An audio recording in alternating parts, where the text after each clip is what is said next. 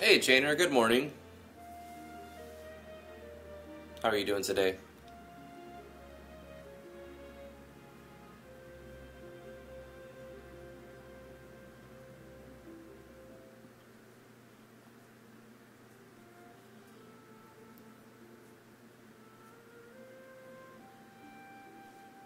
How's it hanging, Jumbo?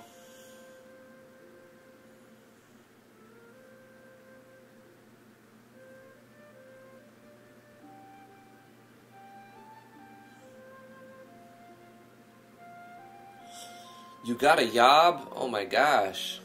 Nice job. Congratulations. After 8 months of doing nothing, I'm sure you did stuff.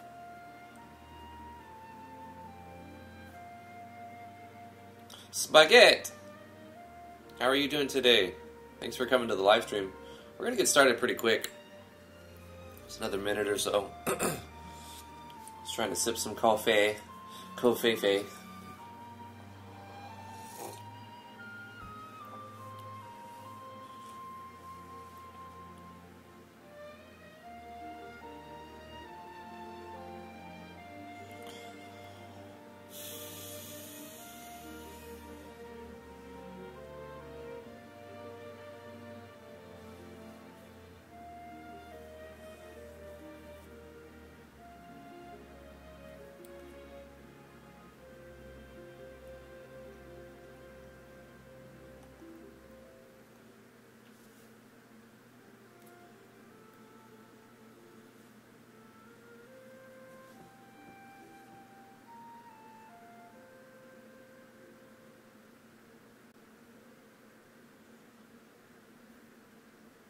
It turns out you have a problem, though. Mog Hunter doesn't work with Item Core.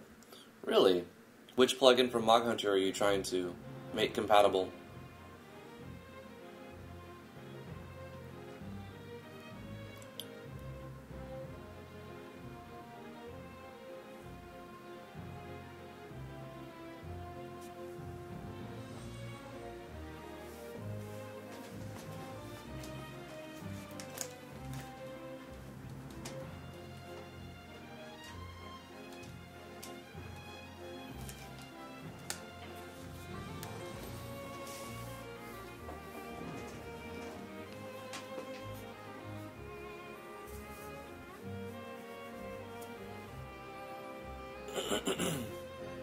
Spaghetti's got Smash Bros. Ultimate. The Chrono Battle Engine? Oh, I can see that. Whenever you use an action battle system, many things are going to be different. The game is completely different. It's more Zelda, less Final Fantasy. Yeah. Anyway, let's get started. Today is Friday, where we do other stuff besides work in RPG Maker MV. Monday through Thursday, we work in RPG Maker MV. And Friday is the day to do different stuff. Usually, GameMaker Studio 2, and today's no different. We're going to do GameMaker Studio 2. We were working on some crazy RPG. Like, it was just, you know, whatever we felt like. No end goal, really. Just kind of meander through the engine and try new mechanics and stuff. I should probably switch the scene, live scene. How's it going, everybody? I'm Drifty from Driftwood Gaming. Thank you so much for joining me today on the live stream. We're going to be working in GameMaker Studio 2. It is Friday, and I'm happy that it's Friday. We're going to have a nice weekend ahead of us, and I'm looking forward to my Fridays because I do different stuff. I like working in RPG Maker MV, obviously, but you know, it's good to have something to break that monotony of the same thing. So we were messing around in GMS2 for the past couple weeks, and we started this little RPG.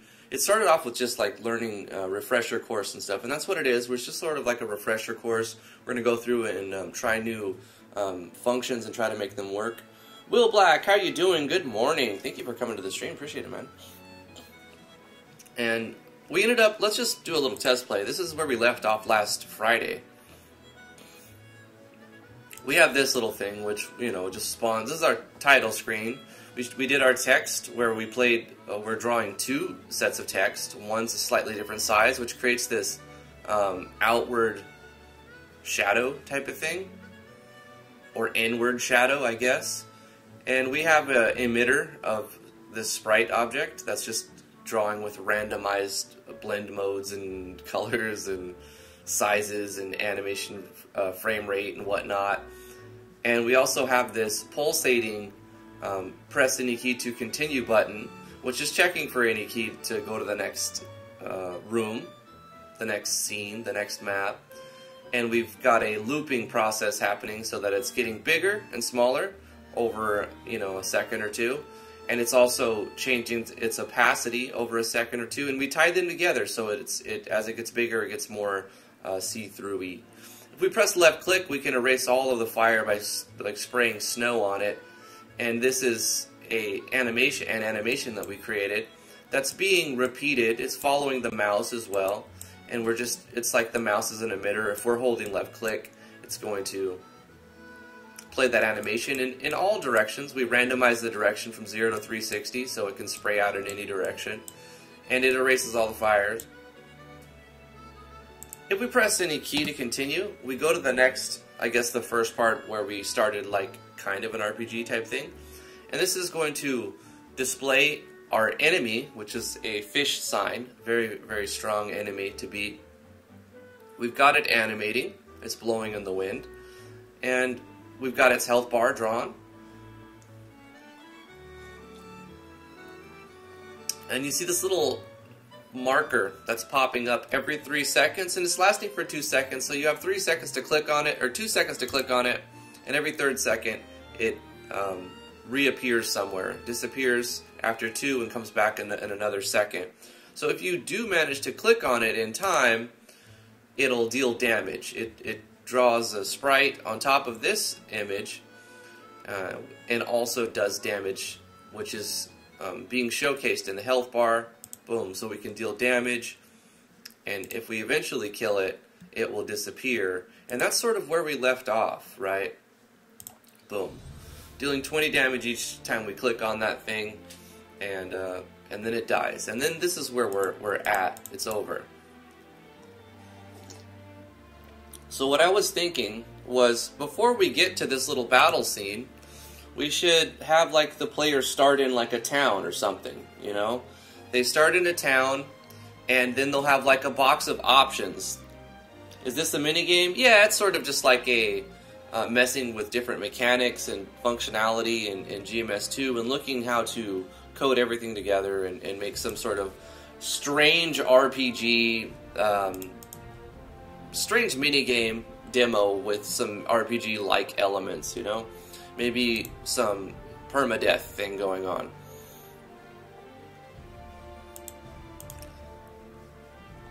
So what I would like to do is change the starting scene, or the second scene, the scene that we go to, the room that we go to, from the turn battle system right into the turn battle system, to like a starting town where the player can choose to do things. Of course, right now we're only going to let the player go into a battle, or maybe we'll make it a button that says explore. And the player clicks explore, and then we'll make a pop-up that says you've encountered whatever, and then we'll let them battle with the fish sign. And then later on, if we have time, we'll try to make it so that it randomizes what we encounter. Can you add action commands in battle, Paper Mario style? I saw Game Grumps play Paper Mario. I've never played Paper Mario.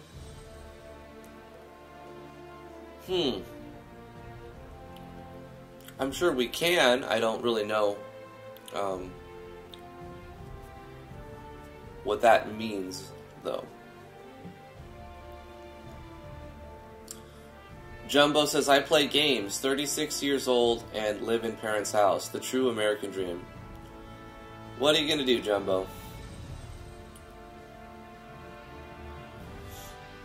Work, try to make money somehow, save a little nest egg, and then start applying.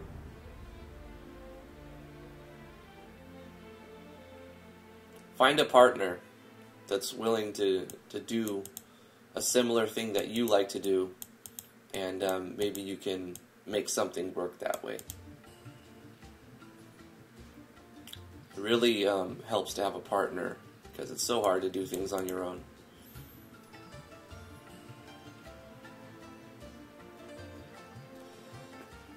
Claudio Boy 83, how are you doing? Thanks for coming to the live stream. How's your day going? When the item core is on the button commands don't work. Right.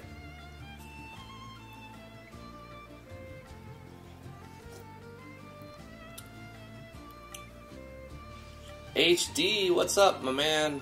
Hide Dad? Is that He Day Dad or Hide Dad? I'm gonna call you HD. Press the action button on specific frames during the battle to trigger a special effect. For example, just before you get hit, you press the button to enact a guard. Oh yeah, we can do that. We can enable an alarm that turns on a switch, and then the alarm triggers a different alarm that does something else, like turns off the switch. And while that switch is on, if the player meets all the conditions like clicking or doing the button at the right time, then it can change the results. Otherwise, it's still checking the entire time that if it's not during that little 1 second frame or whatever, it can still trigger the action, but you won't get the bonus. So yeah, we can totally do that. They do that in Mario RPG as well. Excuse me. Okay, so like any time you're messing around with games, you need art resources. We need like a town. So this is not going to be a commercial game. This is just a learning experience. So we're going to import some sprites. We're going to go to sprites. I right-clicked. I created a new sprite. I'm going to import something.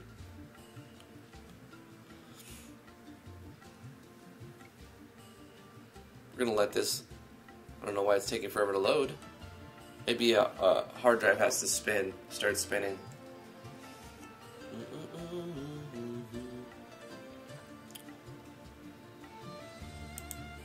Wow. I've never had GMS2 crash on me yet. When I used 1.4, it's crashed on me, a few times. Oh, it did crash on me before, GMS2. That's when I had a while loop, and it was an infinite loop, and it just kept doing something and it crashed. But this is something completely different. This is trying to import. All I did was create a new sprite and import. So that's very strange.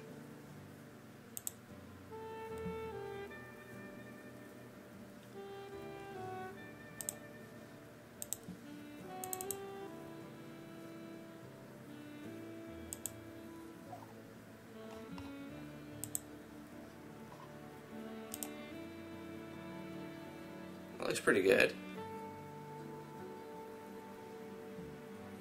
Links in the description below if you want to join the Discord, where we talk about different games and show off our work and just kind of interact and hang out.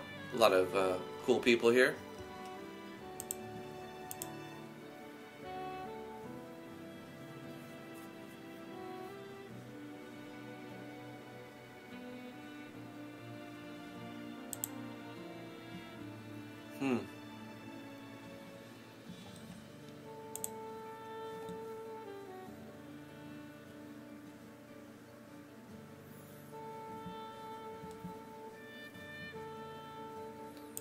What's going on with GMS2 today?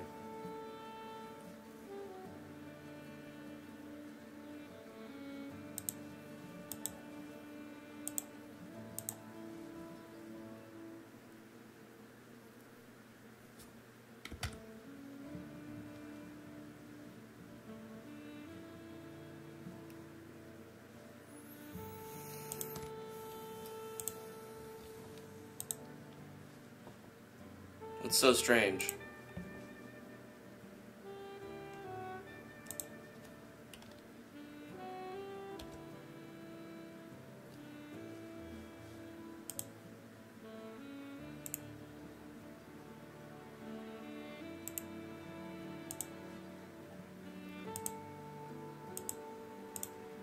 Let's try running it as administrator.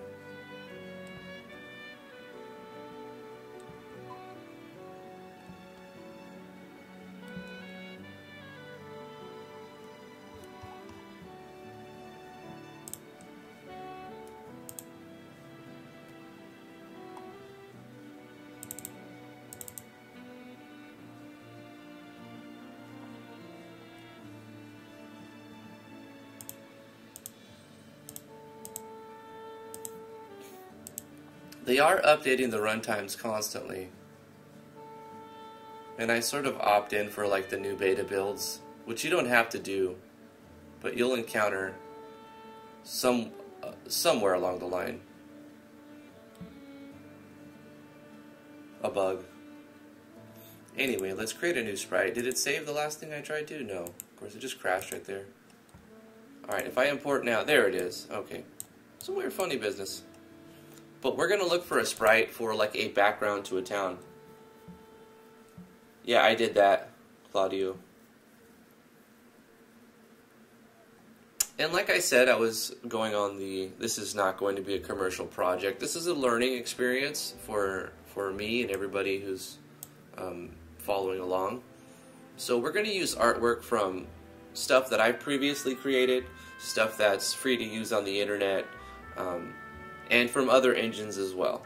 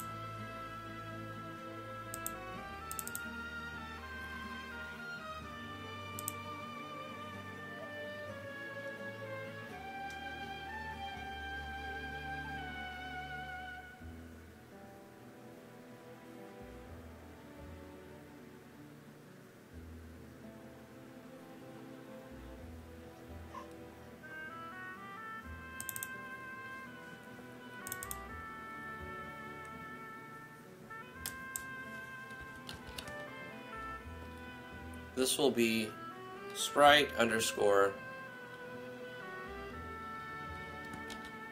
Flatland, or we'll say outside village.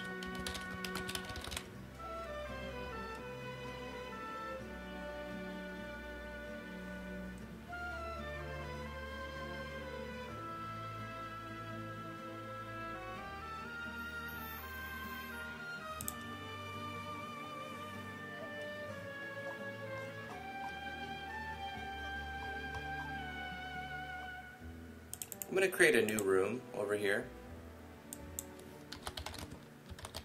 and change its resolutions to match the resolution of the image. I'm going to go to the background layer and click on Sprite and select the one we just picked. And the game should stay in 1280 by 720. Like the game's native resolution should stay the same as the first screen, but I want to test it. So from the start screen, for example, when we press any key to continue,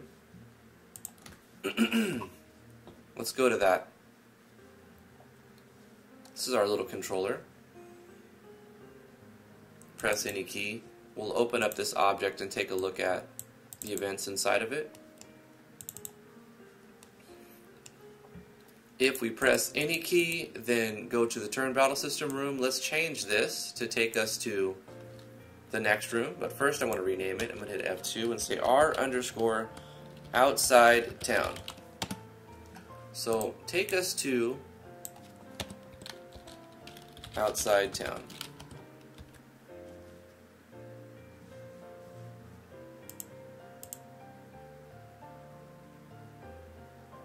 So you're not making a platformer, just trying the engine?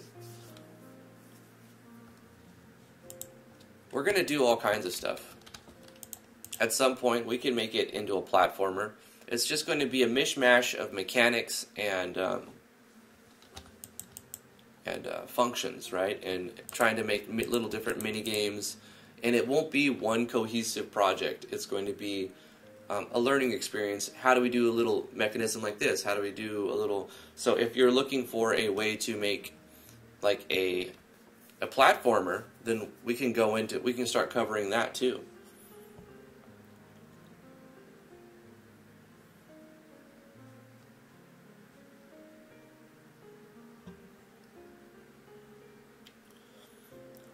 HD said he just finished drawing 8 directional movement. Yeah, I bet that was challenging.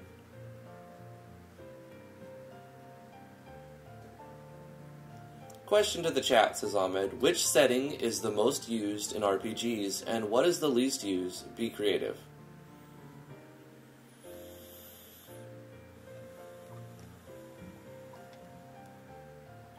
Alan says, as always, love your mustache. Thank you so much. Appreciate that.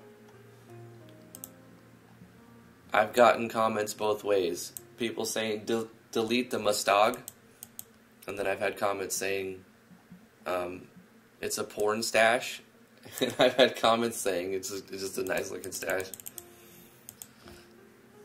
So this is a 1920 by 1080 image, and the game scene is actually 1920 by 1080. So if we were to use a camera, we could zoom in if we wanted to.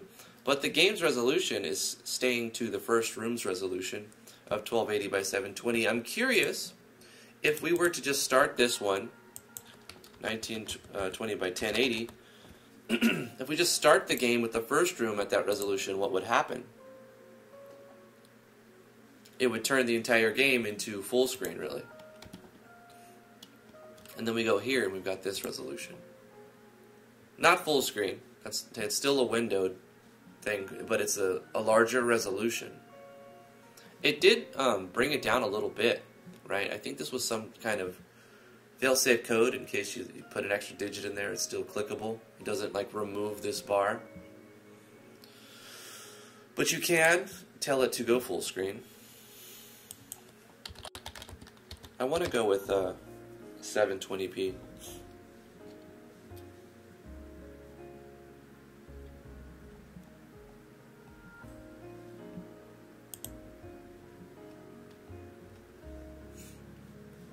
Anyway, let's look at this. We can start here outside of town and give the players some options of things to do, like visit town. We'll put up like a text box that shows we're outside of town, and a graphical user interface would be nice. So we have plenty of real estate and there's not much happening on the screen, so we need to make some sort of GUI. Shows the player's health, and then give the player some options to click. So let's make an option, an object. Let's create a new object, and we're going to call it O_player displayer, or player display. It's arbitrary.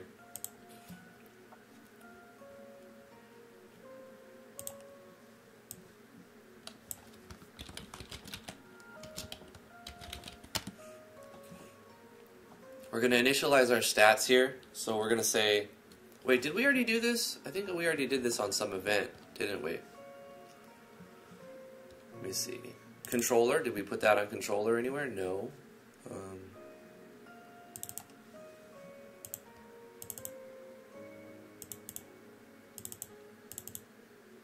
No, not on draw text.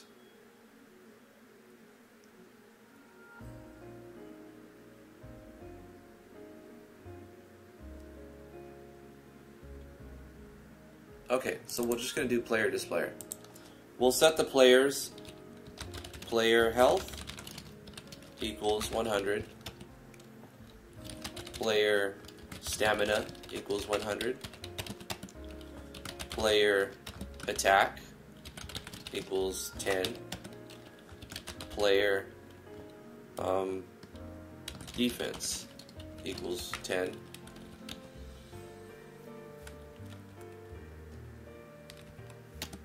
I kind of want to keep it very simple, so we'll have attack and defense, health and stamina. We can even do player hunger.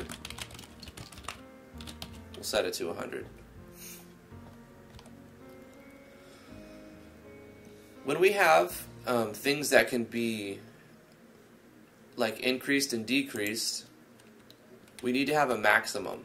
So for health, stamina, and hunger, we need to also declare those. Player max health equals 100.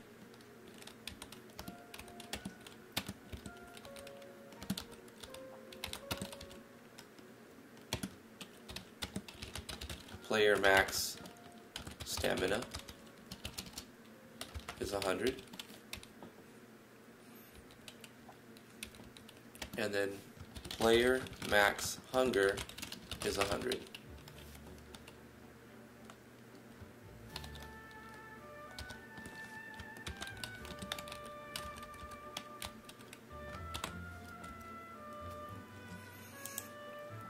So for keeping it simple, we needed 8 variables.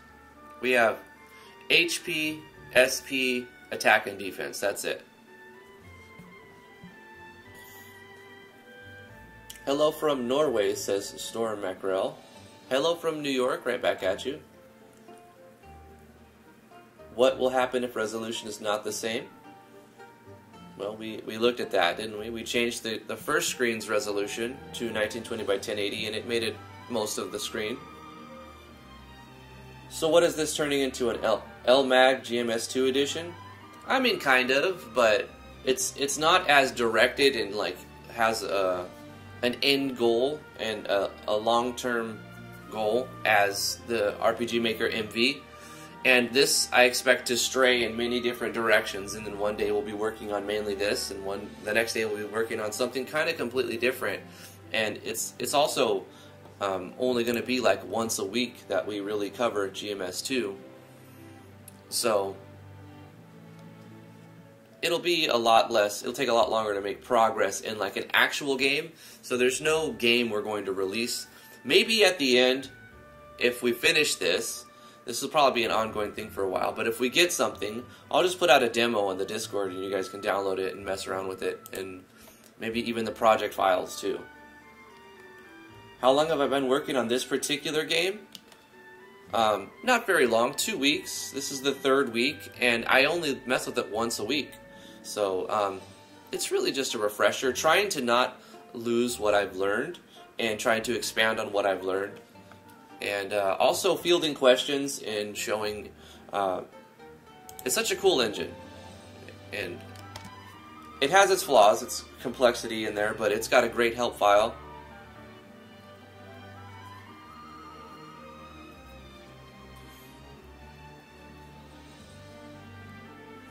So we've got these basic stats that we can use to like reference in our GUI. So we're going to draw GUI.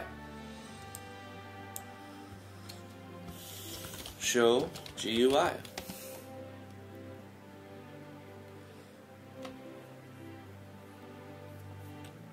So we're going to try to draw stuff, right? We're going to draw text and test some things.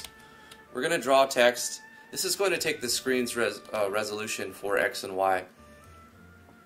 And we can decide where on that panel, that X and Y location that we want to put some text. We're going to say players. We'll just say health. That makes sense. Draw text, player health. Where do we want to put it? Let's say top left, right? So let's give some padding. We'll do like 72 by 72 padding. So we'll say 72, comma 72. Or for the Y, we'll do half of that. So show the player's health. right there.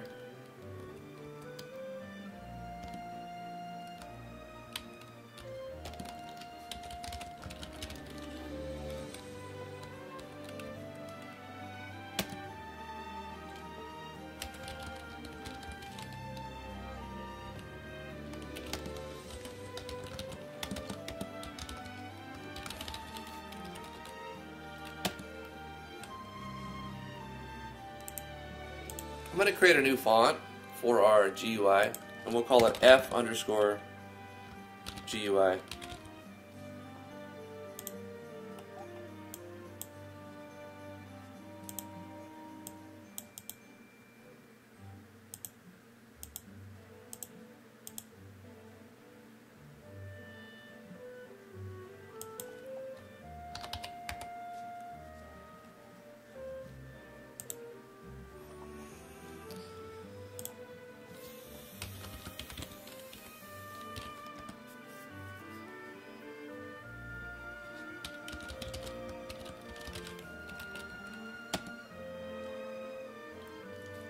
I think alpha is between 0 and 1, or is it 255?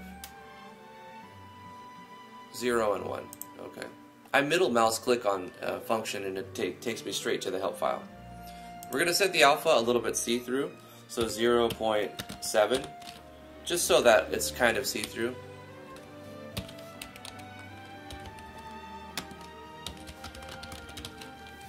What else can we set? We'll set its H align. We want it to be aligned to the left, facing left.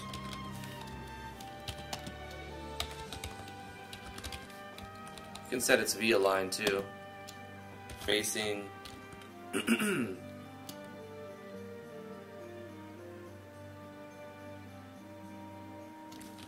guess top. And we'll mess around with this. So we're drawing the health, but it's just going to show a number. It's not going to say like health or anything. So maybe we can add a value that, can we go like this, string, is that built in? And we put like a, the real number to be turned into a string.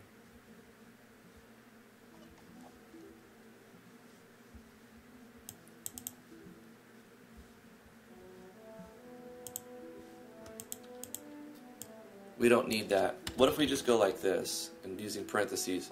We can draw text and we can say health, and then we do a plus player health. So we're saying draw this text literally like this and then use the variable to display the health. But we also want to say plus a space like this. Or maybe we don't need a space. We'll just go like that. Plus player max health. So it'll show the HP current over the maximum. And let's see if that does it correctly.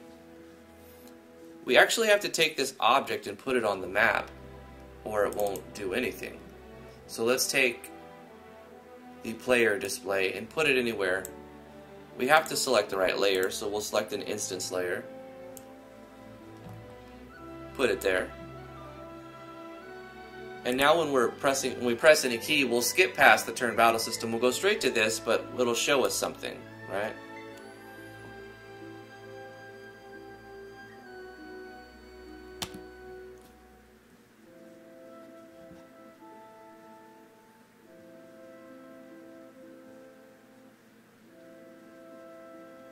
So that line that we were messing with encountered an error.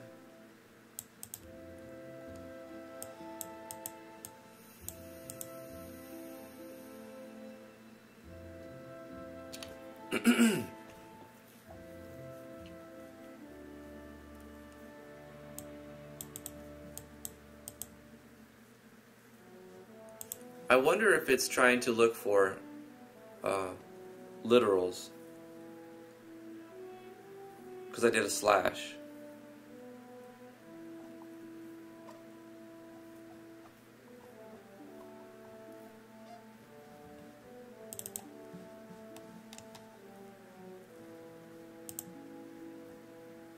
right here, or is it just not allowing for multiple things?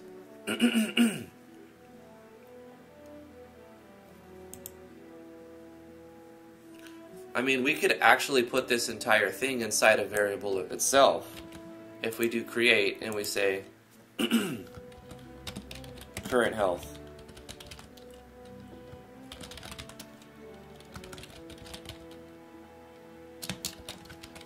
Like that.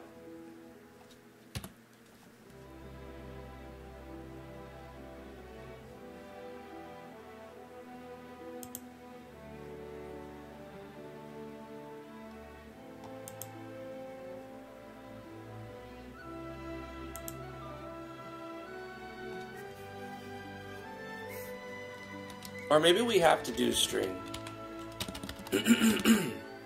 Let's try this first. Current health display. I'm assuming the same error is going to happen. Okay.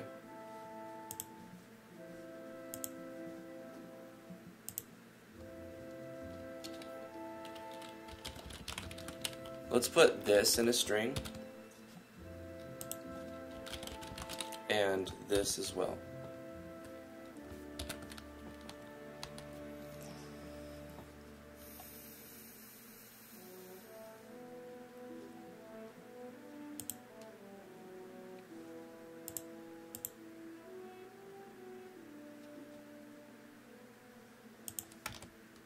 There it goes. Yep.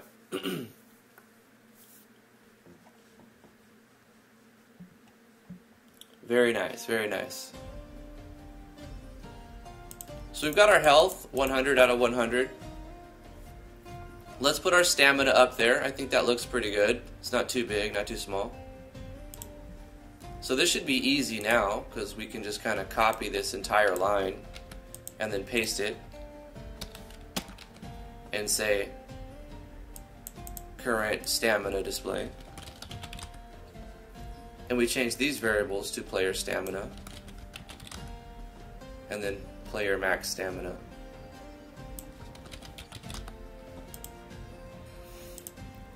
And we just copy this, paste this here, but we'll change the number. We'll add another 36 to the Y, so we'll say now this is 72.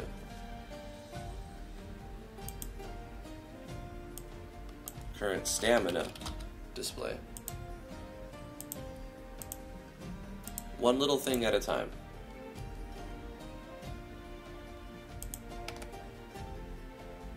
Okay, but we also need to change this to say stamina. And I want to add just a couple more pixels for padding. So let's go 76.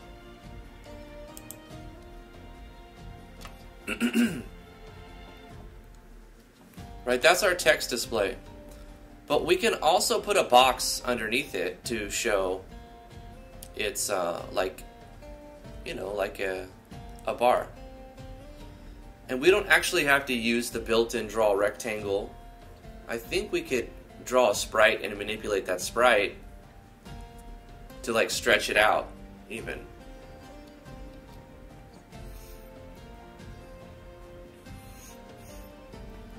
I kind of want to try something like that.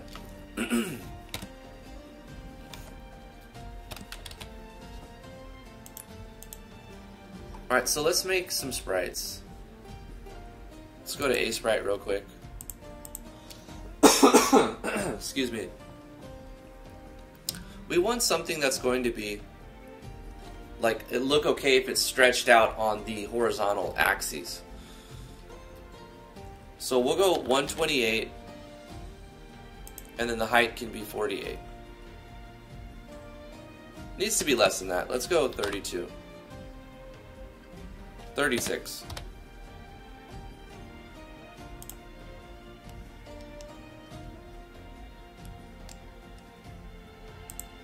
Grab a palette real quick.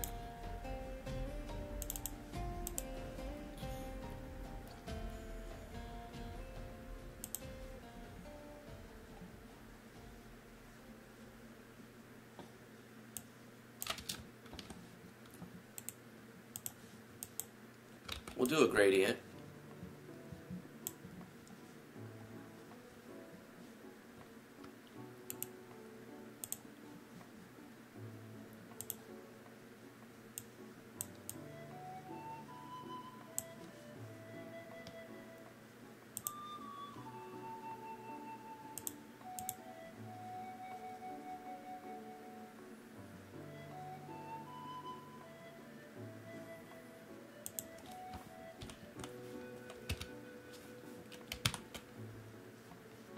We'll add a new layer and also a new frame.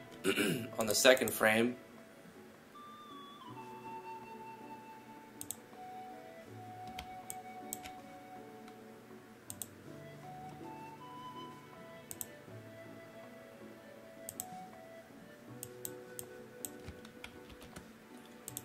what am I trying to do here?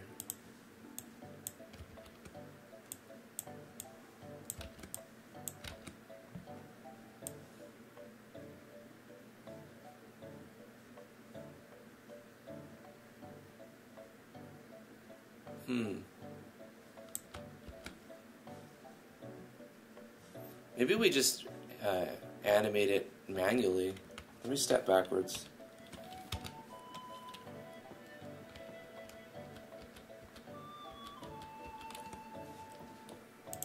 Let's fill the box.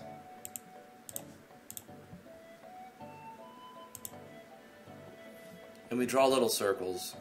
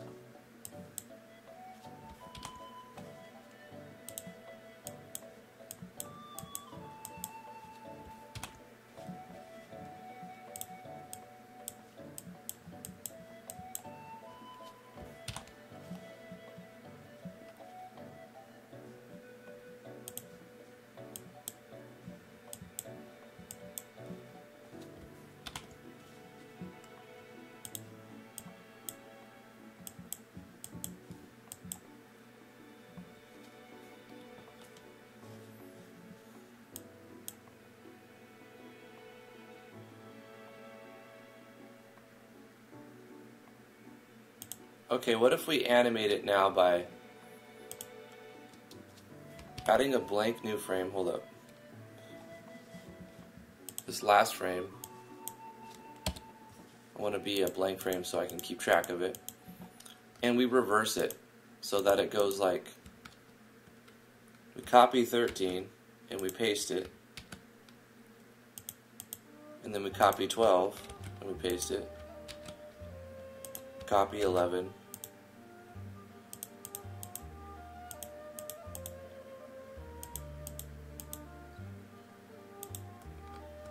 Let's undo that, undo that, undo that.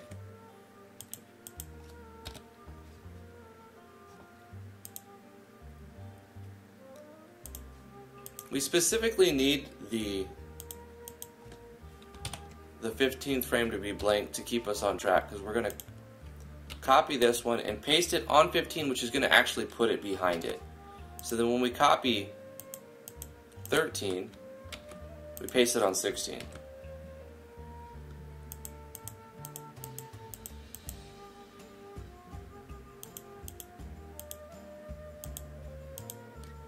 Copy 12, paste it on 17, copy 11, paste it on 18, copy 10, paste it on 19, copy 9, paste it on 20, copy 8, paste it on 21, and so forth.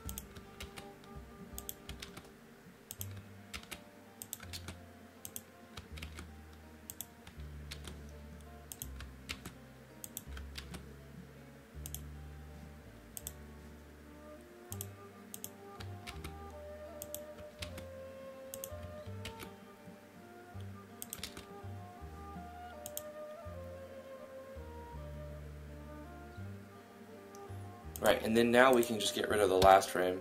That's more frames than I kind of wanted.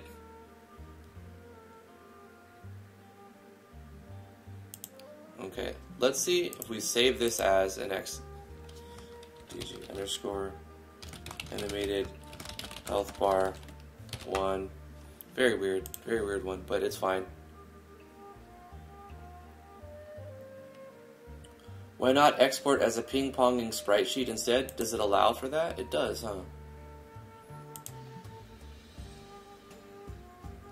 Animation, direction, ping-pong. Yep, it just allows for that. That's fantastic. You don't have to do that last step. In this case, we can just have it going forward because it's going to show them all. That's cool that they've thought of that. Sprite continues to surprise me. It's really good. Highly recommend picking up Sprite. So let's export all visible layers, all frames, as what? As what? A GIF? Can we a GIF? Excuse me. Can I export this? Interlaced animation loop. We'll say okay. So can I import this as a sprite? That's the question.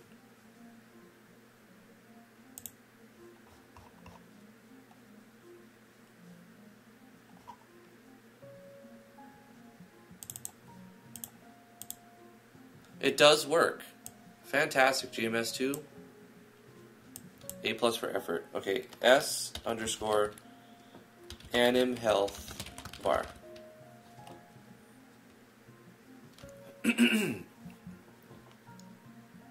So now we have that Sprite creation inside of GMS2 as a GIF. Hello, Proud Rebel.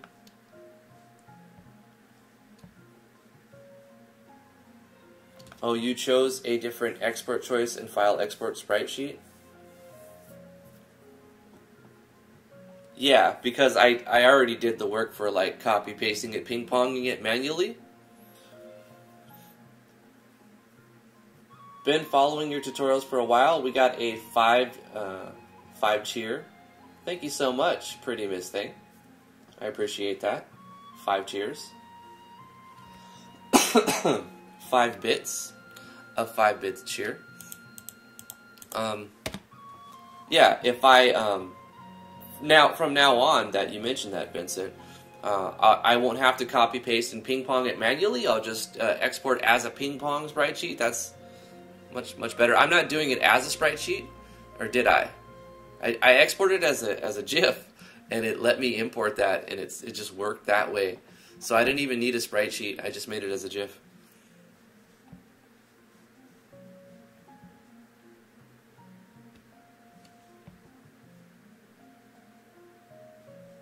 Yeah, right.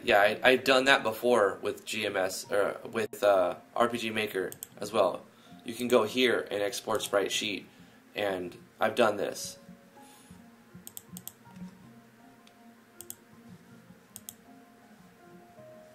Which is, I use that more often actually than this for sure.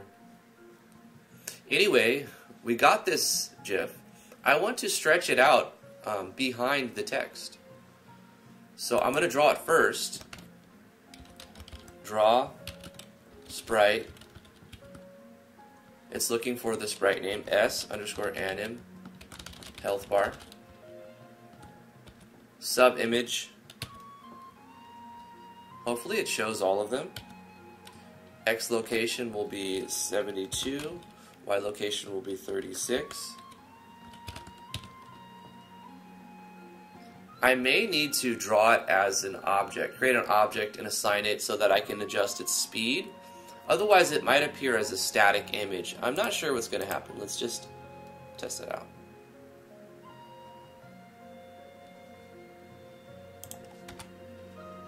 Yeah, it's just appearing as a static image.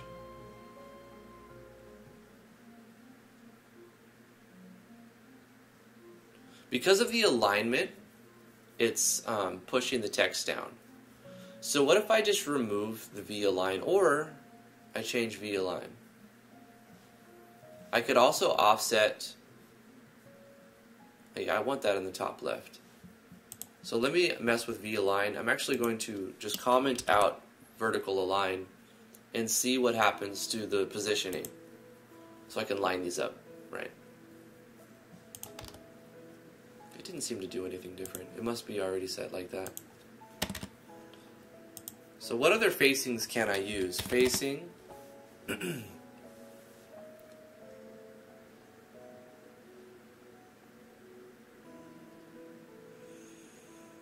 Bottom.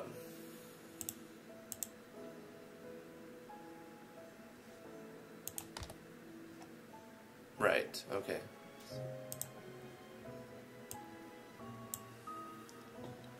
It's defaulting, I guess, to top here. Facing. What if I put facing left or vertical align? Does that work? I don't know if that's going to work. I don't think it's going to do anything. It's going to ignore it. It just ignores it.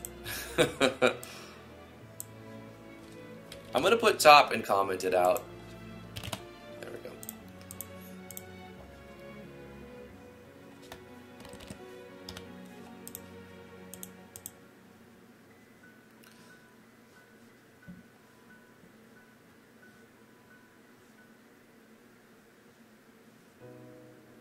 Can we draw objects? Can we instantiate an object in the draw GUI layer?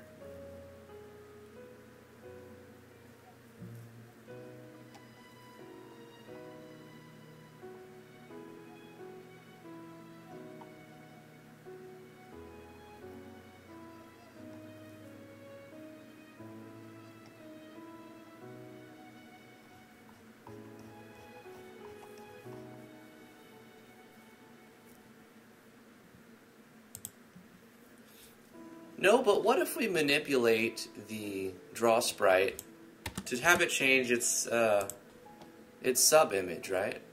What if we change this to a variable? We'll call this health bar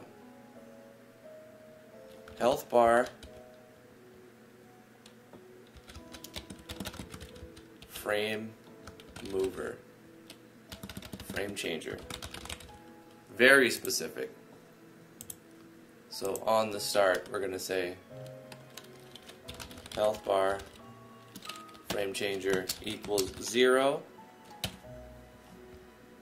Kind of want this in its own section. It's arbitrary.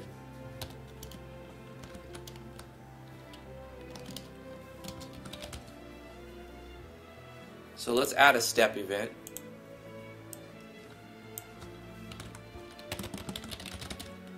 Updater. So this is where we're basically going to refresh stuff.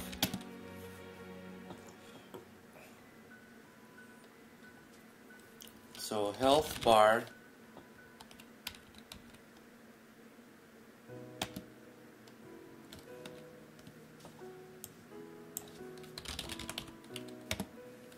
frame changer equals say, how many frames do we have? How many frames do we have? We have 27 frames.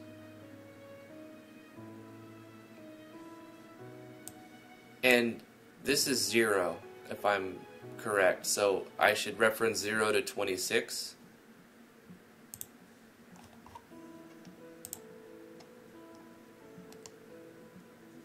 Oh, if I middle click on the thing itself, it opens it up in the editor. That's fantastic. I love that.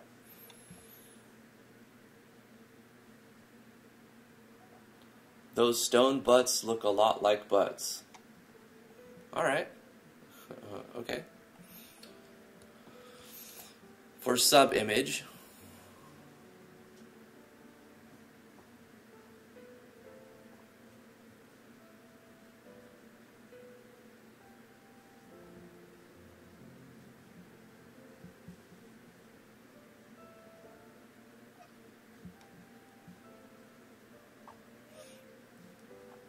the sub-image frame of the sprite you want to draw, image index or -1 to correlate to the current frame of the animation in the object. Let's try -1, or we can just manipulate image index. But if we want to manipulate image index... Anyway, hold on, let's try one thing at a time.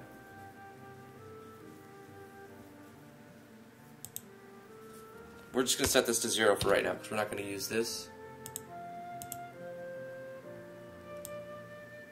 I'm just going to put -1 to see if it will cycle. Or if it will just draw whatever it's currently on and not change. It's animating. -1. So, cycle through the number of frames. So you just use -1. Very simple. We don't need to do all of that.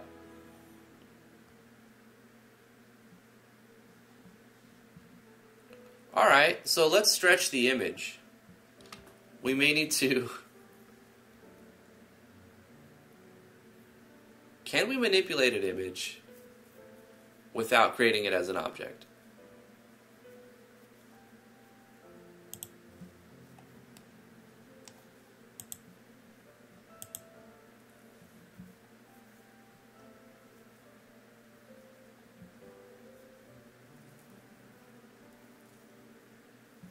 Because that's the idea. I wanted to like stretch this out.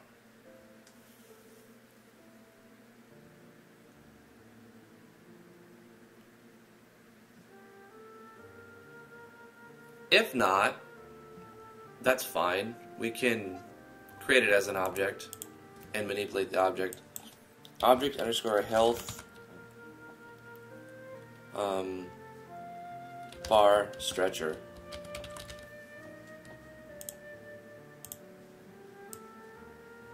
Description.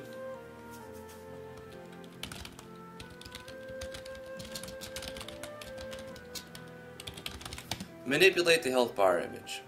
So we'll say image, also changing the speed because it's kind of fast. Image speed equals 0.5. I imagine it would be, yeah.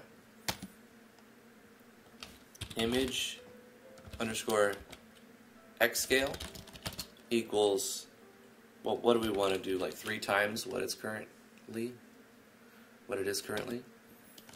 Image underscore Y scale equals 1.5. Oh no, 1. We don't even actually need to mess with that, whatever.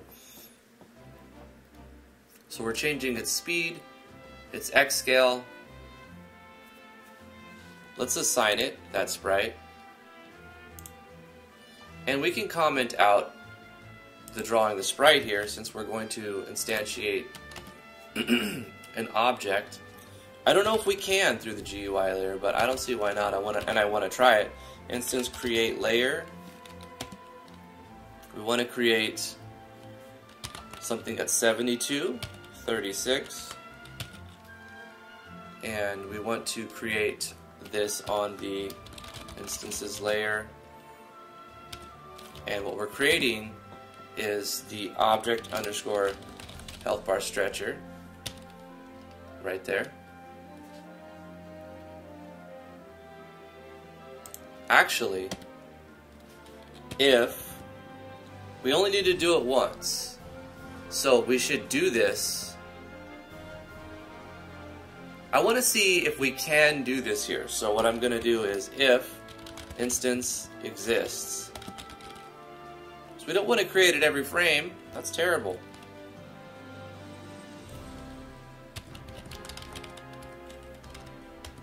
So if this instance exists, then create it there.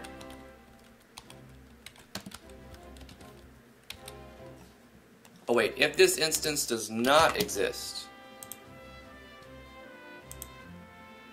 why does this not read? Oh, I forgot the S. Yeah, if this instance does not exist, then create it, and then typo, yeah. Then let's see if this updates every frame, the draw GUI. I imagine it does. Yeah, of course it does. Like a step phase, a step event. So we're going to manipulate this. We'll say O underscore health bar stretcher dot image x scale equals 3 times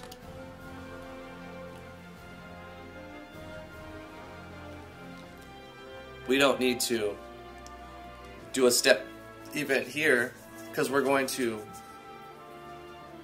set it up as this but then manipulate it here. So 3 times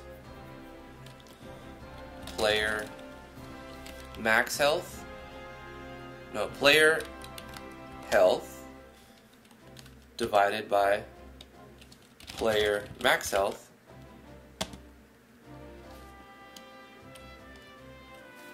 and we need to multiply this so that this outputs between 0 and 1. So we'll divide this by 100, divided by 100. We need to also encapsulate to show what we want, the division we want first. So we encapsulate that and we say divided by 100. So we're going to say image x scale equals 3 times, because when it gets to 0, it's 3 times 0, so 0. Player health divided by player max health divided by 100. So it's going to do this calculation first. So if we have 100 health and out of a max 100, it's going to give us 1. Okay, then 1 divided by 100. Maybe we don't need to do that division, do we? Because it's always going to be divided by its max health, which is 100, which will always be more than the first thing, so it will never go over 1. So we don't need to encapsulate, and we also don't need to divide by an extra 100.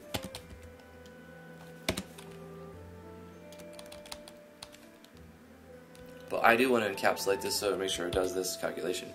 3 times player health divided by player max health.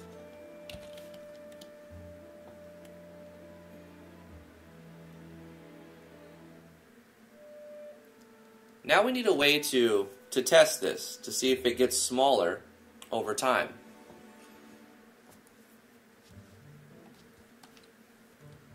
So we'll make something that will damage the player.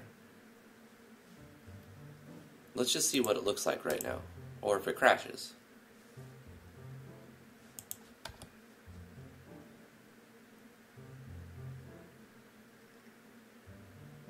That's cool. Okay. So I want to stretch it out a little bit more, give it a little bit more X scale, let's say double, and also move its location, and give it a little more X or Y scale as well. So let's change this to say, set it up to do 6 for that, and then 50% more on the Y. We're going to manipulate this to say image x scale equals 6 times that. We also want to draw it a little bit lower, so let's add more to the y. Let's, I don't know, 72.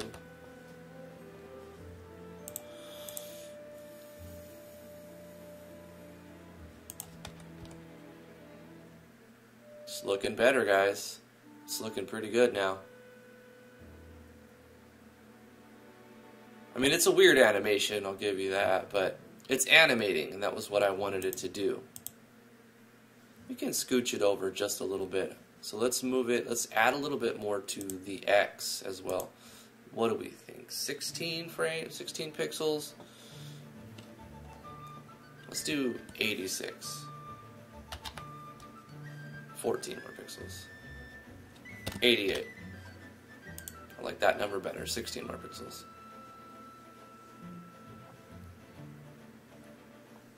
Well, that seems to work.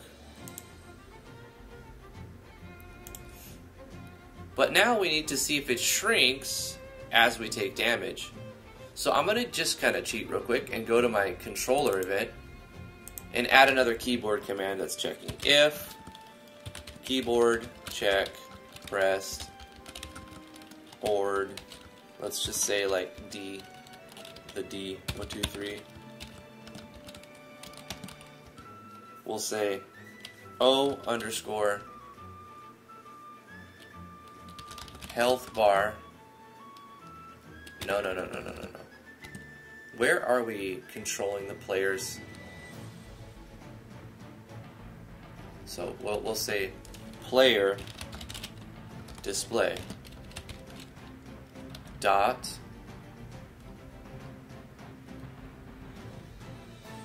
we're defining something here. The player's display object that stores the player health value minus equal 20, or let's just do 10 or 5. Okay, very simple. If we press D, we should take 5 damage, which should shrink the X value of that image.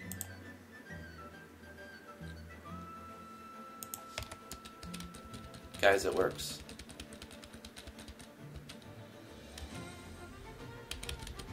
But it also makes it negative. So let's clamp it, right? We don't need to change this because this will be removed. We need to, in the player's display, on the step phase, we'll say if player health is greater than, or no, less than or equal to 0. We don't actually need to do this. We'll just say player health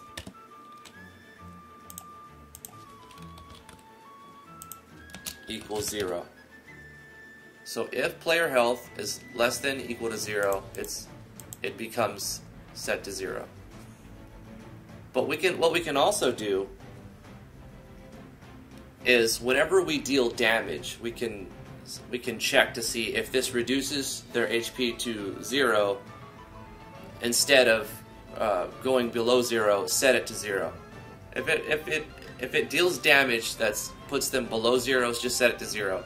But we'll leave it here as a check, just to see if that works. It's on the step, so it should work.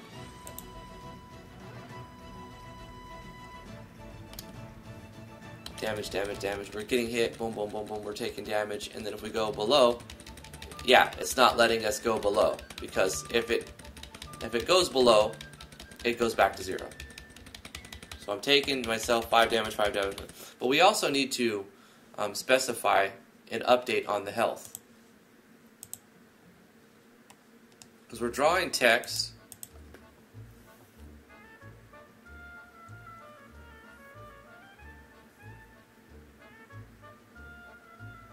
Draw text current health display.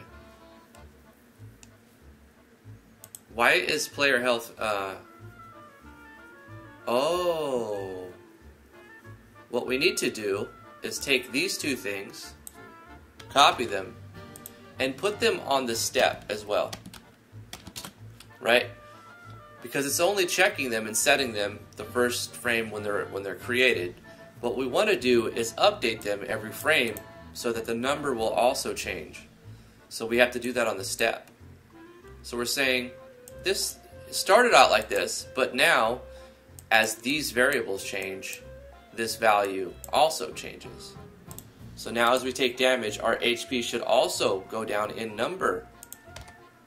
damage, damage, 95, 90, 85, 80, and so forth and so on. You see, it's trying to go to -5, but it's being set back to 0.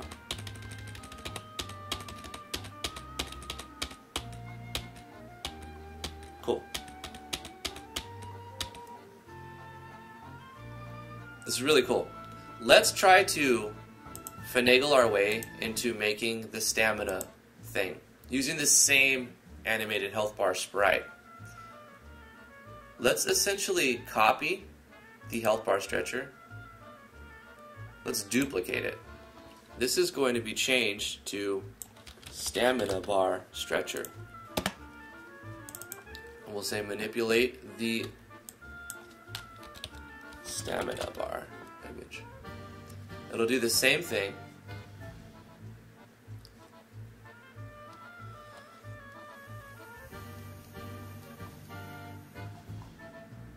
And these don't need to do much of anything else. But what we're going to do with the stamina bar is image underscore blend and change that to equal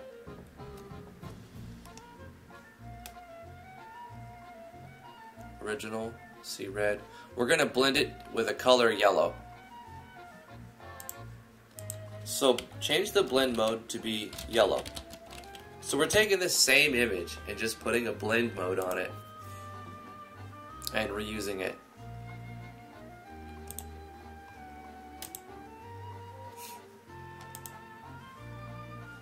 Now we need to instantiate that as well. So let's copy these 3 lines and paste them again. But this time we're going to say if stamina bar stretcher, which will need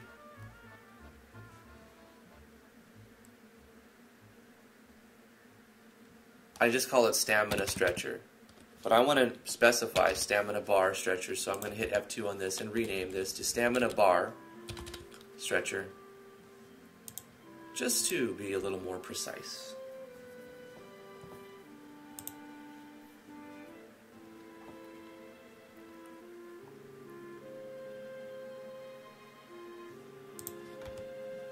So if this instance does not exist, create it.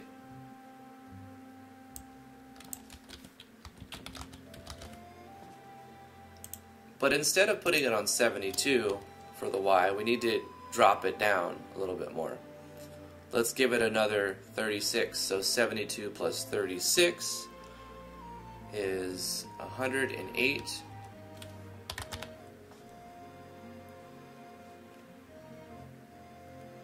And then we'll say stamina bar stretcher. X scale is 6 times player stamina divided by player max stamina.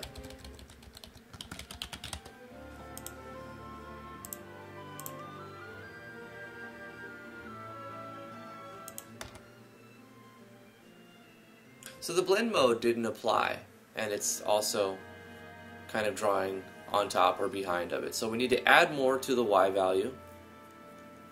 Oh, because we're changing the size by 1.5, so 36 times 1.5 is what, 40, 50, 54? Is that right? I don't know.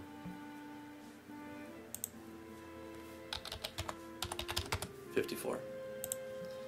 So we need to add 54 to 72. So we'll go 72 plus 54 is 126. So let's put this on 126. But what's happening is it's not changing the blend mode. It's not changing color at all.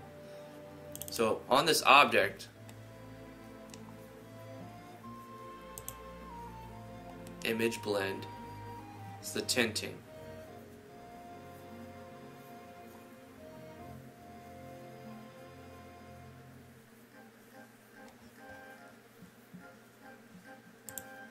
Why is this not changing the color of it? Because it's a GIF?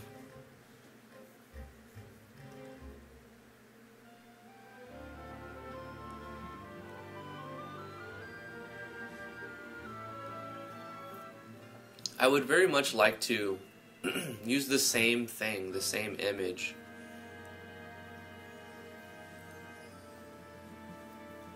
By just changing the blend mode. So we have a different color bar. I really thought that would work. Let me just look at it now.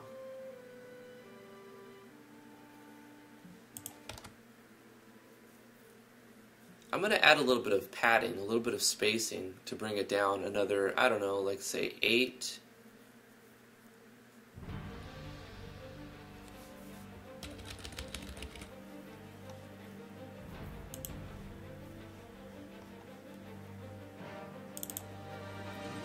$134.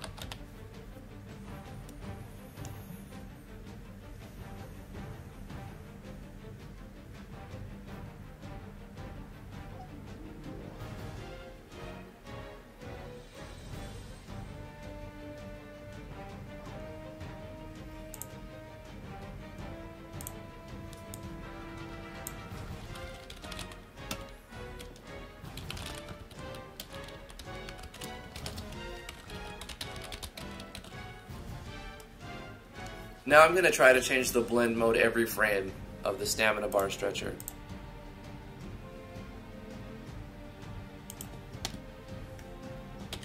No, it's still showing as red.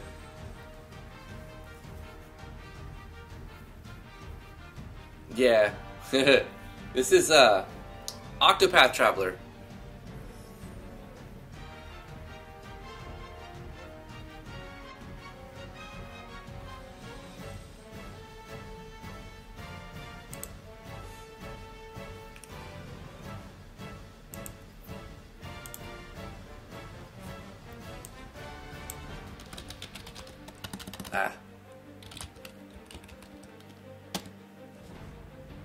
Edit the image.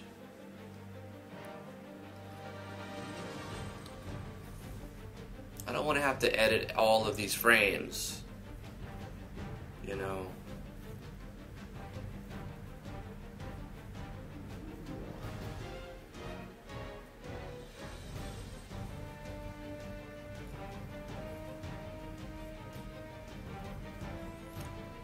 It's a shame. How do I make it so that it changes then?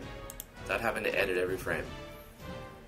I want to use the same image and a different object.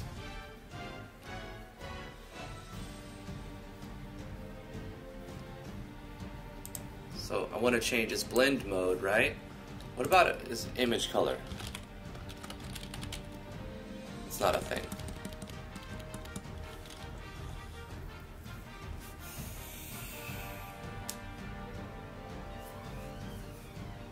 How do I feel about Olivia's Octopath Traveler battle plugins? They're fantastic. I use them in my newest project, Natural Explorers.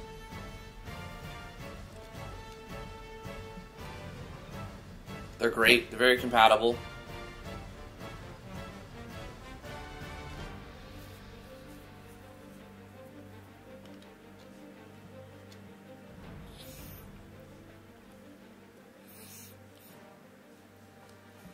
I mean, is the idea here to just create a new image and change?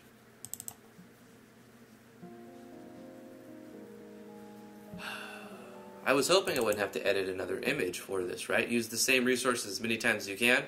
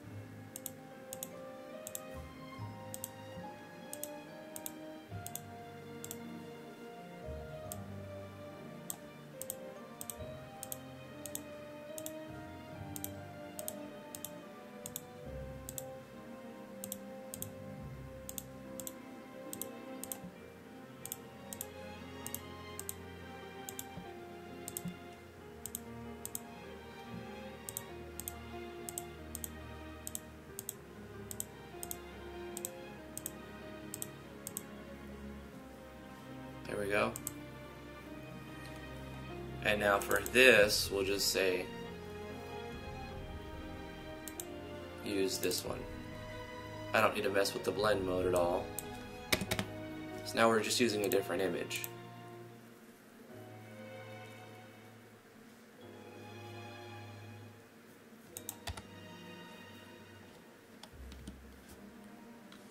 The opacity makes it hard to see stamina with the yellow. So I'm going to reduce the opacity by increasing the alpha value on the draw text. Let's just say 9.5, almost completely solid.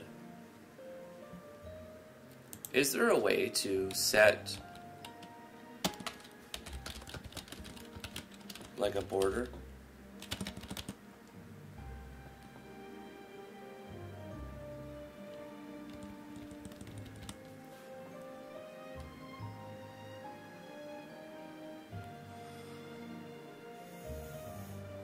I could do the same trick I did before, where I draw the font twice.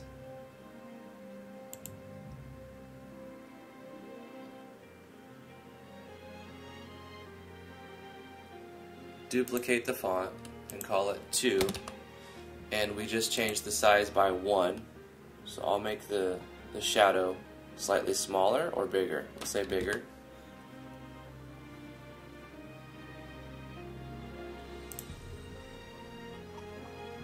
Close this, close this.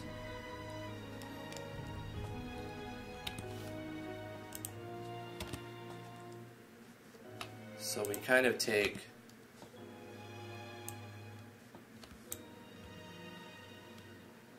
these two things.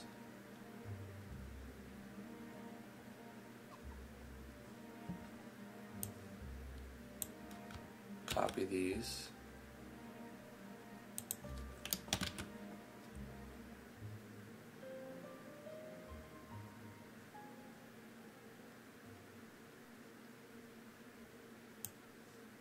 These need to be at the top of all of this.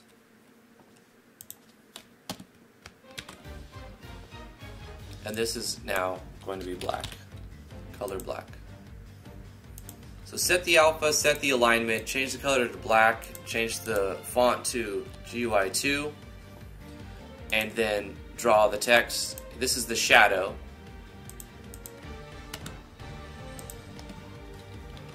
Draw HPSP, and then up here is draw shadows, HPSP shadows.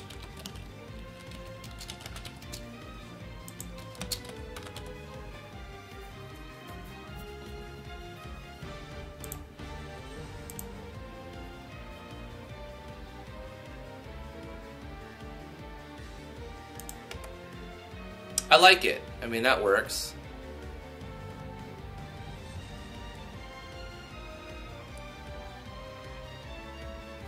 I need to increase the size of the, do I really though? Nah. Just like that. It kind of comes off of the bar. I like that actually.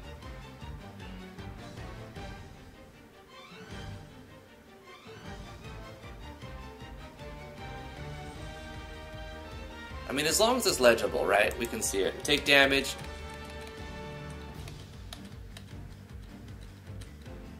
Doesn't look too bad.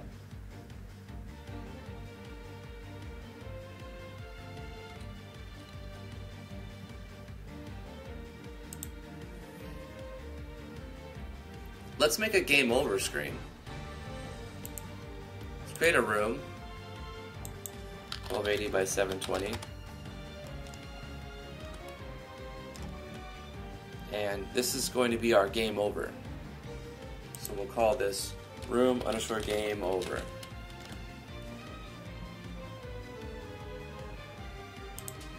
Let's use Photoshop here.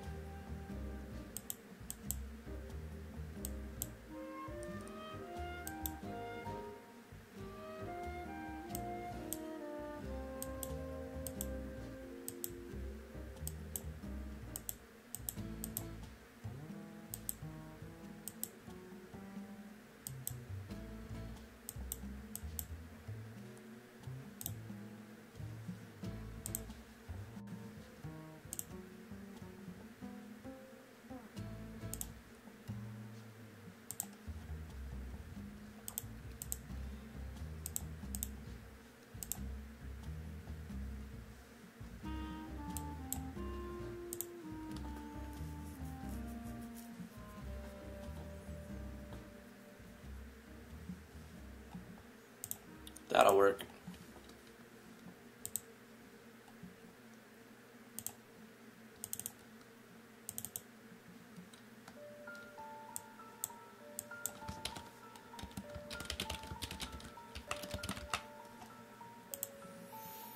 We're going to say this is a PNG.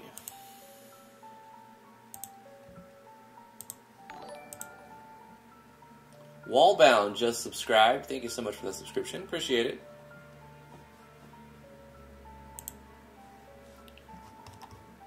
We're going to create a new sprite and import that image.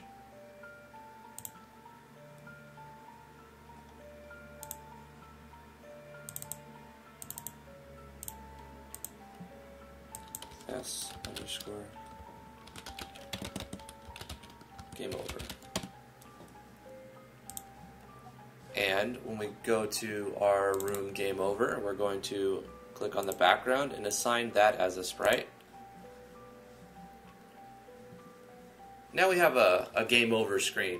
So let's make a condition that checks the player's HP on the player display, I guess. We'll do it right here on the step phase. If the player's HP is less than or equal to 0, set it to 0, but also do something else. At this point, we're going to say room, go to, room, game over.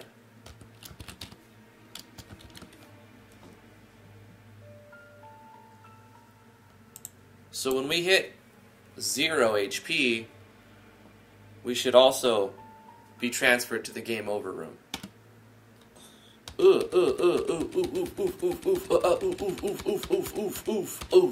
Game over. Nice. I like it. Oh.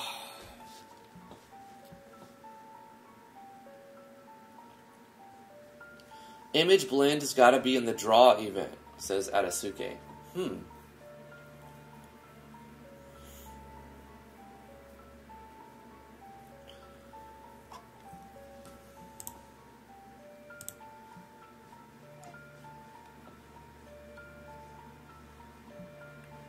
So we could add some sound effects too, if we want to.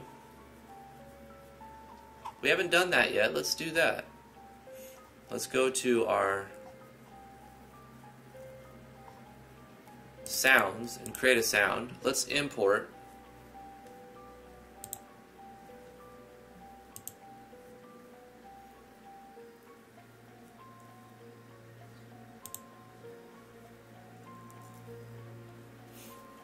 I'm trying to think of where I actually saved my sounds. I think it's in... I've made a bunch of custom sound effects. I think I put it in here. Audio. Natural Explorers. I've got a lot from Natural Explorers, yeah.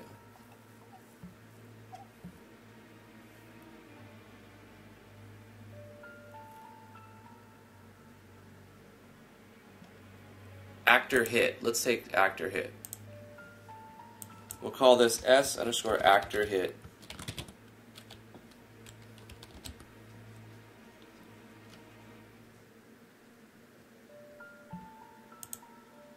Stereo.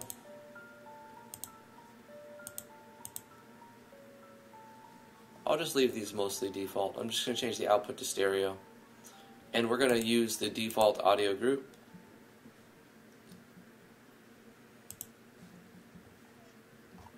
So now when the player gets hit, I guess we'll test it with our controller. Player's going to take damage, but they're also going to sound underscore play sound. Audio play sound.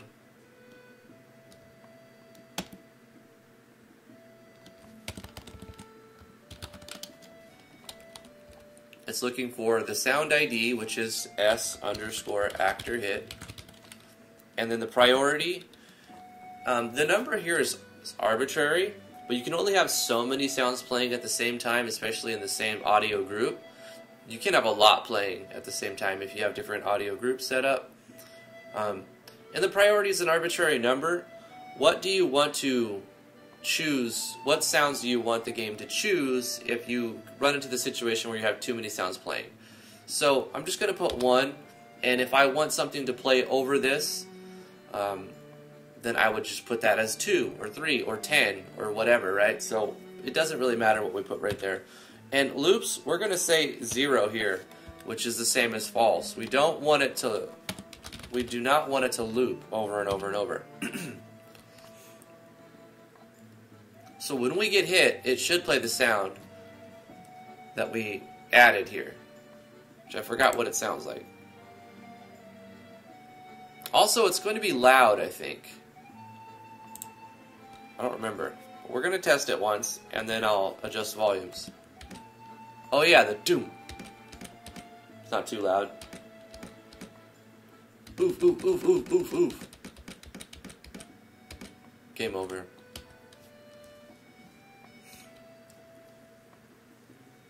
So if we try to take damage on the game over screen, it won't, because there's no object player display on this.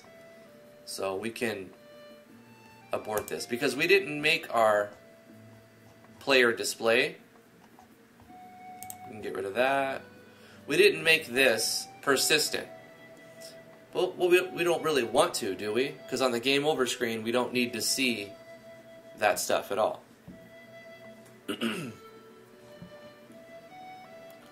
What did you think of my animation, says Spaghetti? Which animation? What did I miss?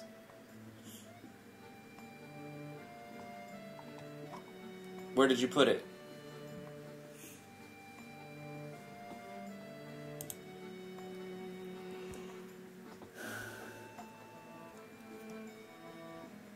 So what we can do, it's really a controller bug.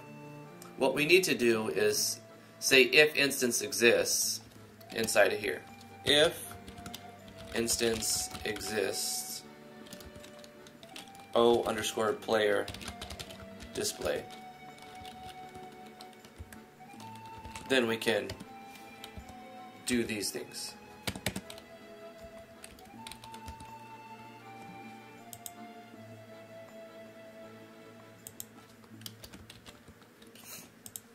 Now, even if we press D on the if we press D inside of the game over room, it won't crash the game because it's not trying to take 5 HP from the variable inside this object that doesn't exist on this room. It just won't do anything because it doesn't meet the requirements, and so it won't play the sound as well. But it should still allow me to restart the game, because this is a persistent object. So that's why it actually checked even though we were on the game over room. So now let's die and try to crash the game.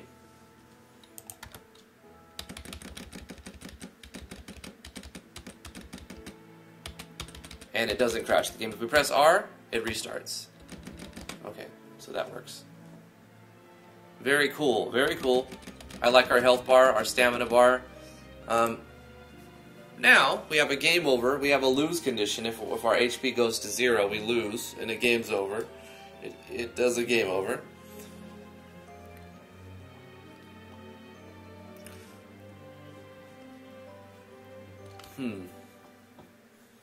We can add an enemy now. We had our turn battle system room going. That's got what instances? We've got the animated fish sign and the click spot emitter. So from our outside town, we need to give the player the option to explore for battle. So let's create a new image, file, new. Let's just make it 64 by 64. Or you know what, we'll make it 128 by 64. We'll add a new layer, delete the background, and just make this button say like explore or something like that.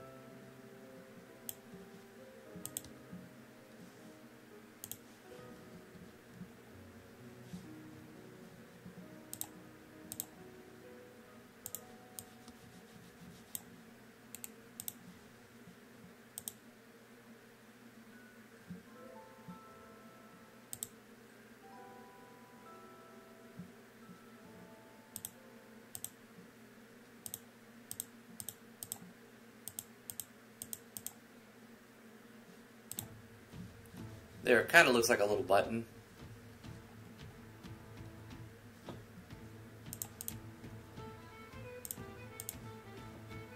Save this as a PNG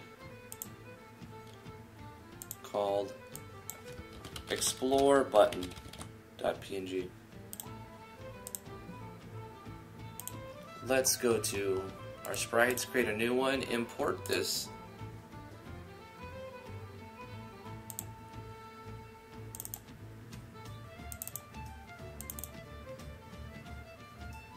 S_explore.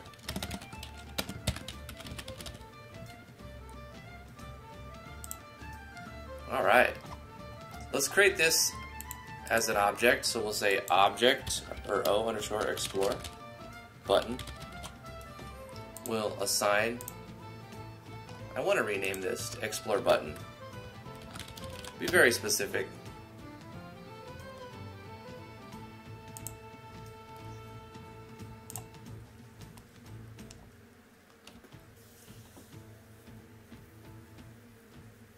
You sent it to me in Discord yesterday. I've had a lot of images and stuff sent to me.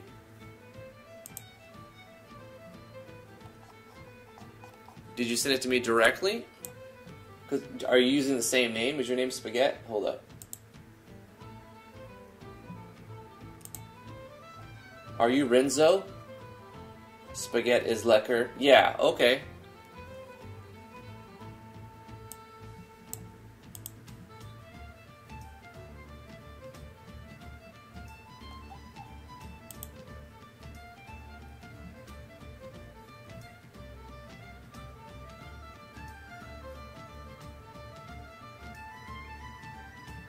Cool, man. That's pretty awesome. Nice little animation there.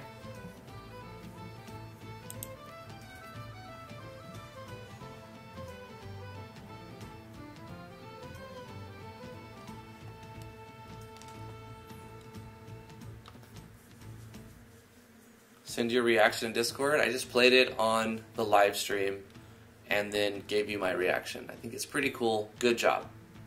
Really good job.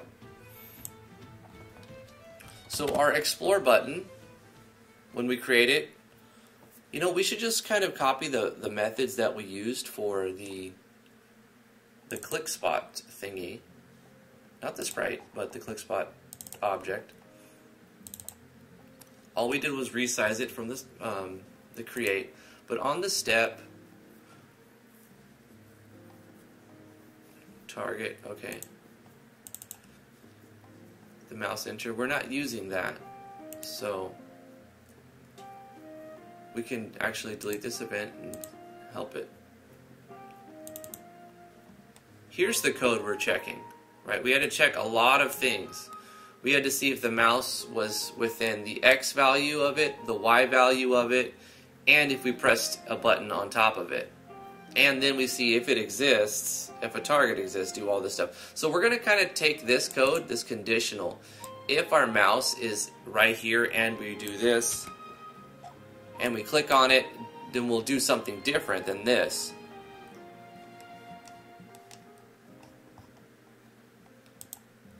Which we need to do on the step, because the create won't actually do that. Run when clicked.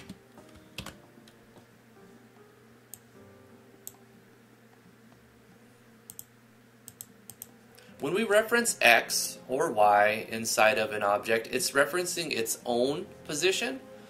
So we need to look at, since we're not changing the size of it, we need to look at the dimensions. This is 128 for the X. So what we can do is center the object, the button, its alignment, middle center. This will give us a range that we can go from left to right.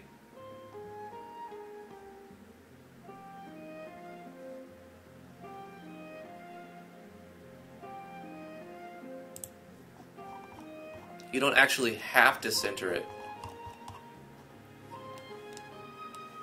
But since it is centered, we're going to see that the x0 is considered the very middle of the object. So we're going to check 64 frames to the left of it. So if the mouse is within -64, it's greater than 64 of the x, but it's also less than plus 128, because remember the center is 0. So it goes negative, and then 64 goes to 0, 64 or more goes past there. So x is the center, 64 is half of that. Okay, I get it. And then y is 64. So half of that would be 632.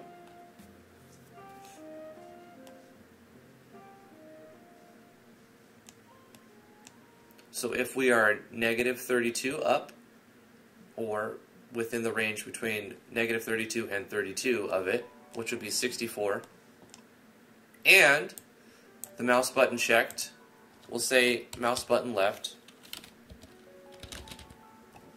So if we left click on this, then what do we want to happen? We'll say room, go to r_turn battle system. Simple as that. But now when we go there, we're going to end up...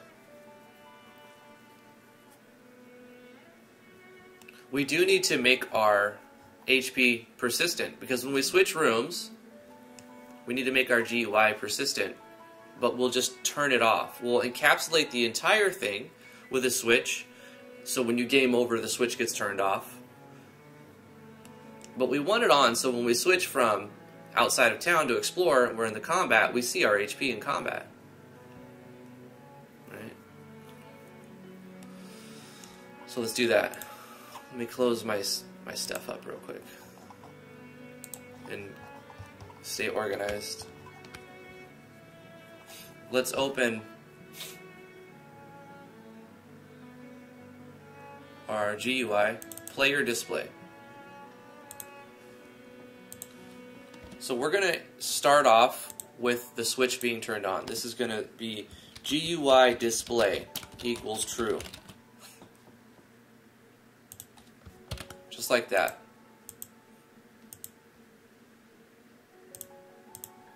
We're going to say if GUI_display. Now when we do it like this,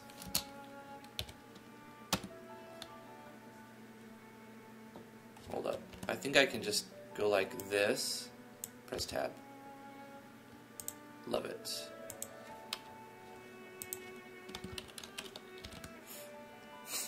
So when we don't put any conditions, we just put a name of a variable, it's going to check to see if this is a Boolean value. And if it is, it's going to check to see if it's true. If it is true, then do everything. If this is not true, then just skip it. So this lets us turn off the entire GUI at any point by just letting us turn off GUI display. We're saying from the beginning, when this is instantiated, we're going to make it persistent so it'll last and we don't have to reinstantiate it. Gameplay first look. Hey, how's it going, man? Thanks for coming to the live stream.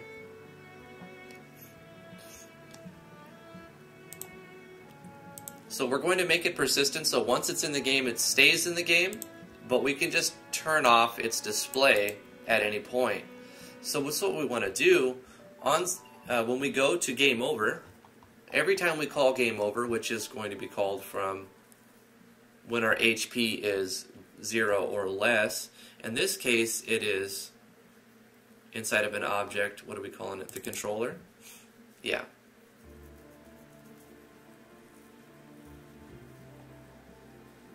No, we're not doing it here.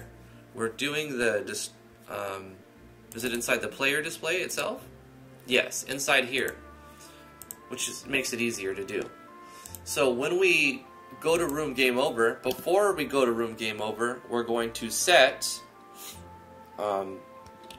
GUI display equals false. So now we just turn off the display when we go to room game over. It's still, when we switch rooms, it's still there because it's persistent, but it won't be showing anything. It'll just make this all invisible.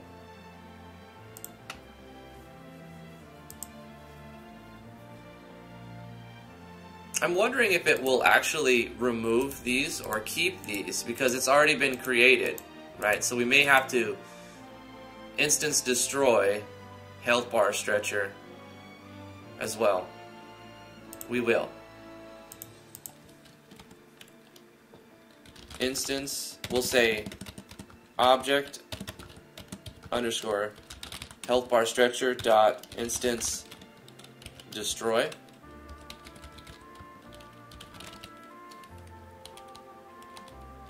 Wait, can we do it like that?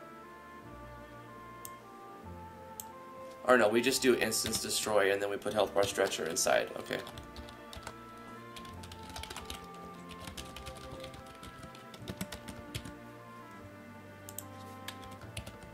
Come on, typos.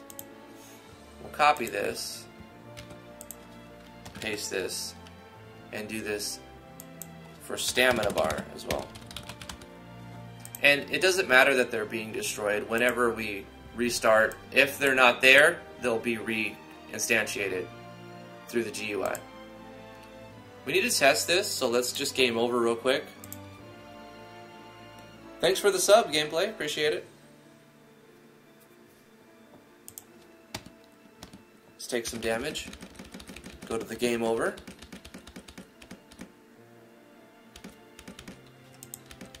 What's happening?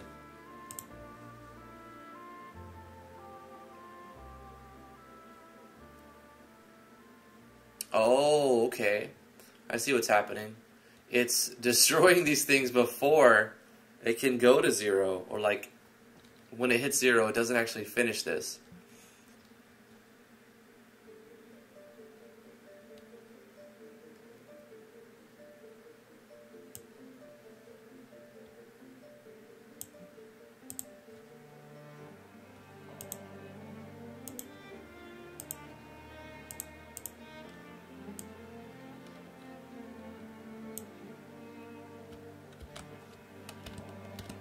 What if we put these afterwards? Is it still going to run that even though we switched rooms?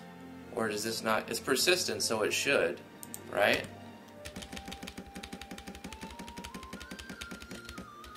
No. For some reason we go to 5 and then things get destroyed. Is it because of these two lines? Or, you know, we could actually just have it a health bar. I think it's, actually I'm going to change the controller to do more damage so I don't have to press it as many times, thus hearing it as many times. Where's my controller? Minus 20.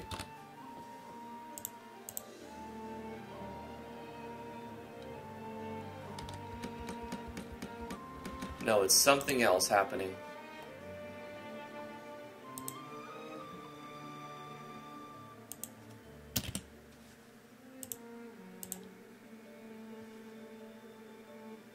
Oh, wait, did I change the room? Room, go to game over if your HP goes to 0.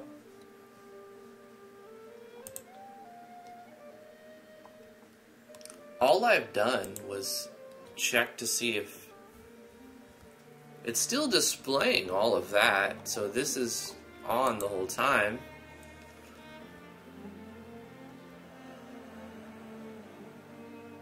Health bar frame changer. We ended up not needing that, right? So let's delete that.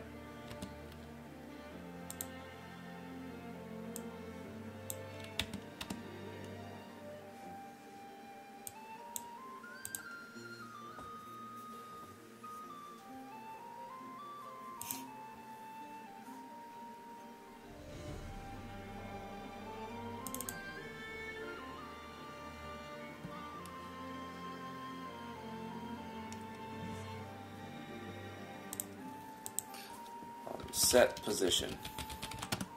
Still thinking about that other issue, but I'm going to put the explore button on the map as well. X equals 128 minus the padding of 28 plus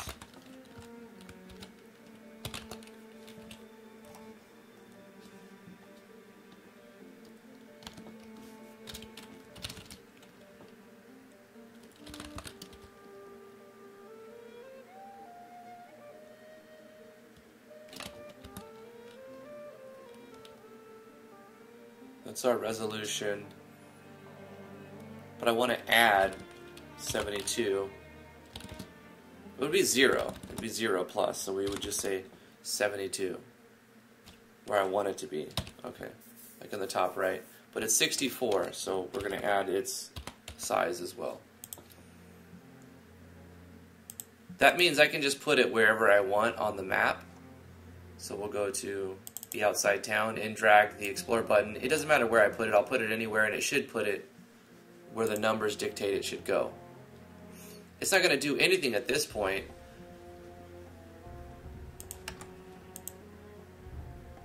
Oh, I must have already coded it too.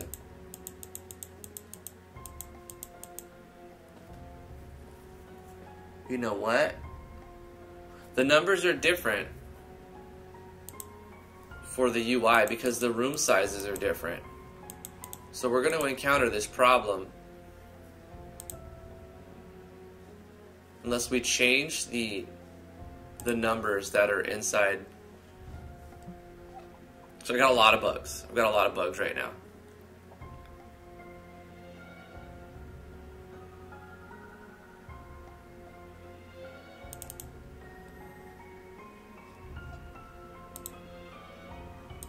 So if we click on it, it goes to the room battle system. That works. It's not in the right position.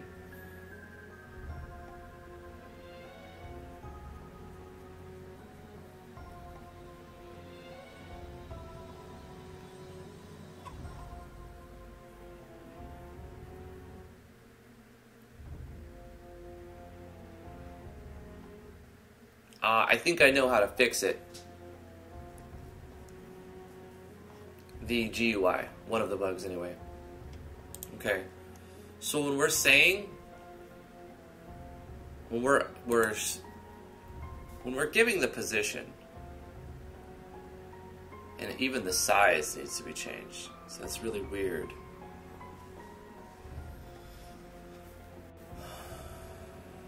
It's much easier if I just change the size of this room.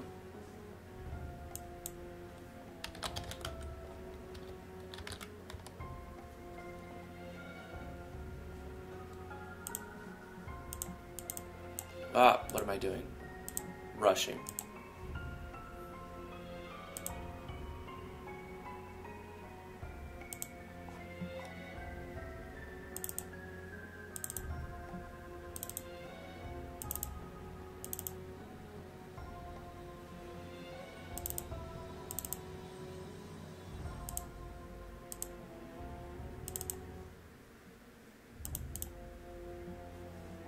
We're going to go image size 1280 by 720. Okay. Save this as that one, 1280 x 720.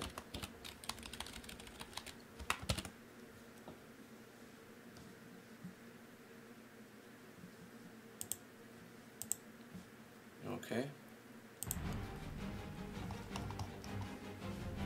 And for this room,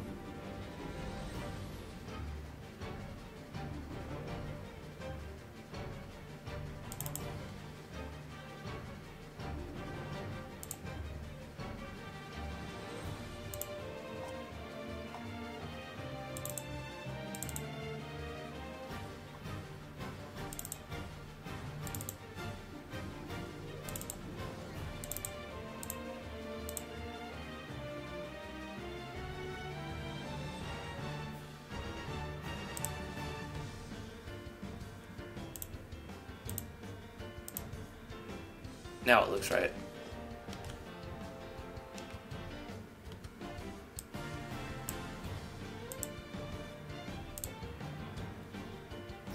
Now we have to resize our health bars to work on a smaller scale,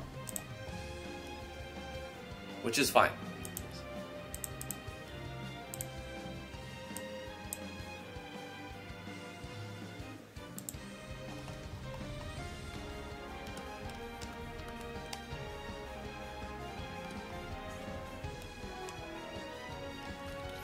So let's go back to 3.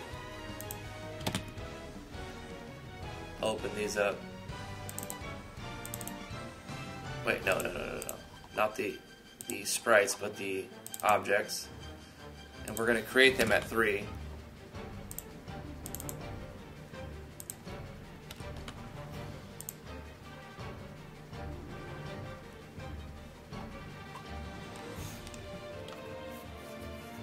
And change the padding around for sure. The location. Okay.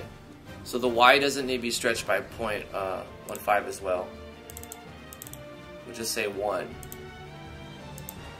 Which means I can kind of delete the line, but I'll leave it there anyway.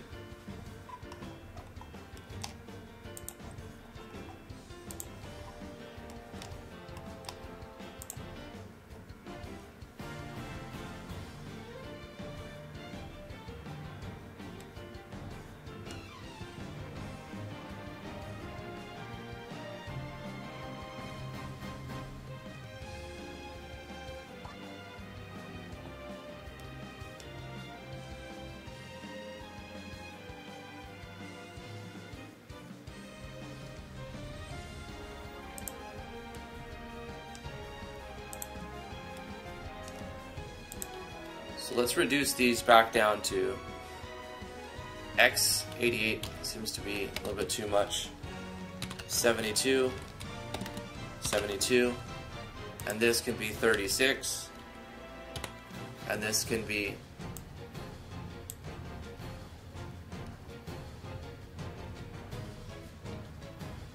72. Alright, what do we look like now?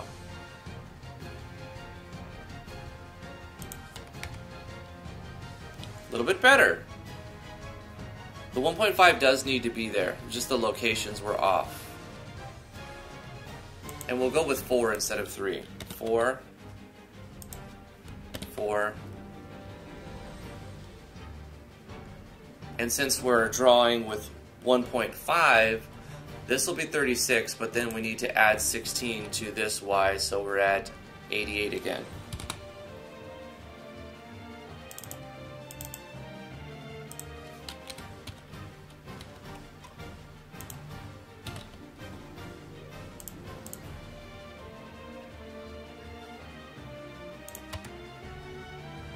Hey, it looks okay.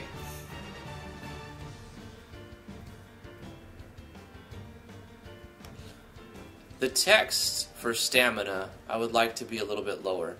Let's give a little more padding for the stamina and bring that down 8 pixels or even 16 pixels. Let's bring up the health 8 pixels and bring down the stamina. So this is on the draw. For where we're drawing the text on the Y-axis, the shadow and the text for health needs to go up 8, so we subtract 8 from the Y. So we're saying this to 28 and this to 28. Then we're going to add 8 to the stamina, so this is going to go 84 and 84.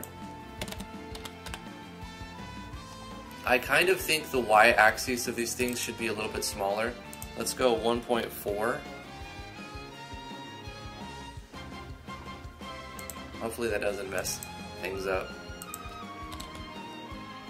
Let's see what that looks like. Getting closer. You know what? I'm happy with that. That's fine. Now, as we take damage, that fixed that bug. Okay, the resolution bug. If we go to a different scene, explore, it kind of messes up. The game crashes at this point, because it's supposed to go to game over.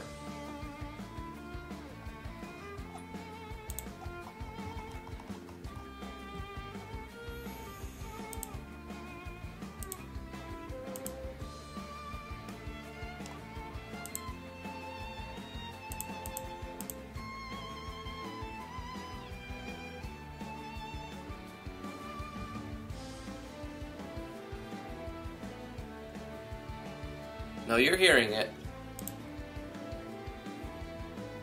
It's a great soundtrack. Fantastic.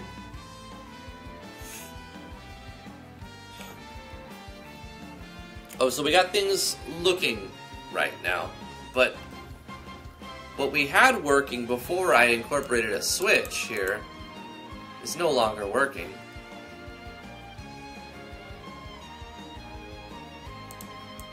Even after I finish that, let me just comment out the entire encapsulation and see if this is causing a problem.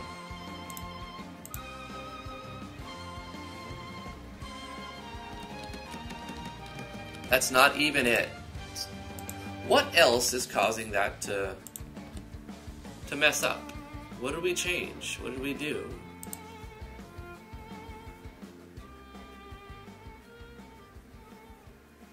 Did we change anything on the game over screen? There's nothing in the instance. There's nothing running on game over. The only thing we did was we made our GUI persistent, right? So let's turn off the persistent GUI object.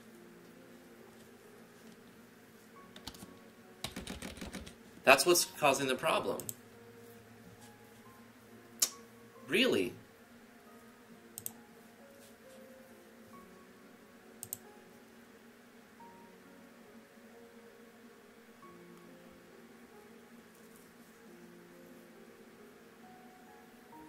So what if we just recreate player display?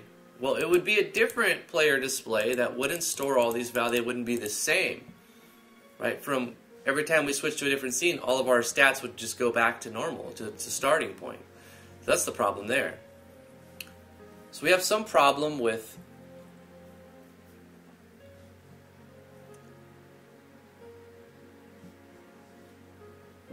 draw GUI and persistence.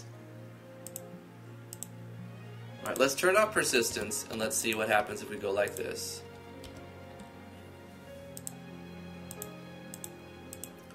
So it won't matter that we have a switch here at all, because when we switch scenes to game over or from town to fighting, the object no longer exists. It just won't be there, right? Let's see if we have any other things to think about. Okay, game over, alright, restart. Explore. See, we go here, the object no longer exists. I also just noticed one thing. When this is drawn from the get-go, it's drawn on not the top layer. Okay, so this is turn battle. When it's drawn from the start, it's drawn on instances, and it should be drawn on instances top. So let's look at what's instantiating that object. Pop-up part? No, it's not that. Is it from fish sign? No.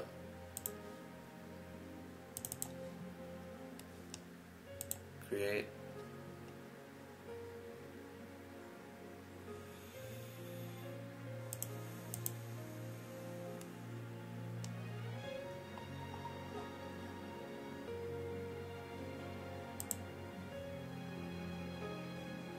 Click spot emitter. Okay, right.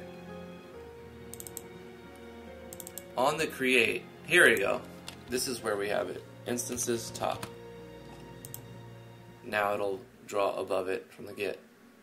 Little mini bug fixed.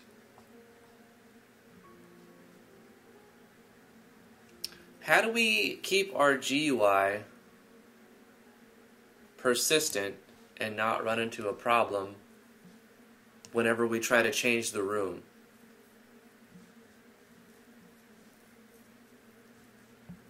Because it's kind of freezing when we change rooms with our GUI as persistent. Let's see what happens when it's created. This should happen only once, so it won't affect it if it's persistent. On the step, these are all local to this. Oh, I see. Okay, what's happening is when we go to room game over, it's running this code over and over and over and over because these conditions are met while this is persistent. So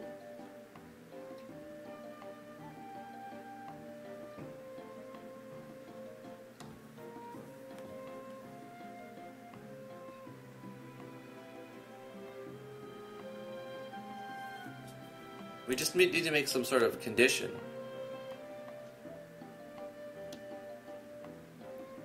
If GUI display is false. Wait, it will never be false. Oh yeah, it will after the first time.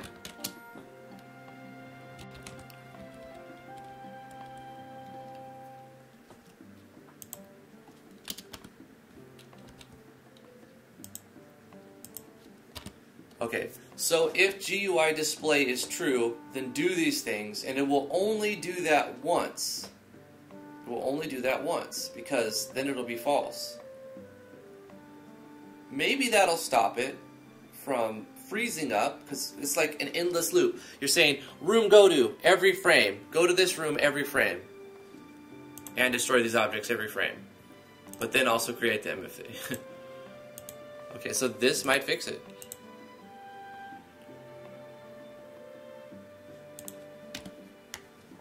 Click explore, and here we are. We can do that. But if we take damage, we did it, boys and girls, ladies and gentlemen. I feel accomplished. We did quite a few different things. We struggled over a few things, and I got to end the stream in a few minutes. But we have a start screen with alternating text, random instantiating, randomized properties of a sprite. We got that, what we talked about at the beginning. We can delete that, right click, or whatever. We can press any key to go in. We start outside of a village. We did it. I feel like we did it. We'll continue where we left off. You know, where we leave off next time. We won the battlefield. We created a graphical user interface, a very basic one, where we're drawing text with the shadow for our health. We're referencing our HP and our stamina. We're drawing animated GUI, right? We added our first button, which lets us explore, and it takes us into a battle with a creature which we can pseudo fight. You know, we click on and it does damage to it somehow. We still have a little bit of from room to room GUI looking weird, right? Right here, when we jump into this room, the GUI gets bigger for some reason, and plus there's no like return to town. So we have a lot to do still. The clicker emitter needs to be turned off after the battle is completed, which we can do. The sizes somehow need to be matched up, because 1106 by 624 is we're encountering the same problem where we're using a different resolution. So our turn battle system, we're going to keep everything a similar resolution just to make it easier on our GUI. So we'll resize this image or make a different battle background. Let's create a new sprite. Let's import a new sprite for a battle background.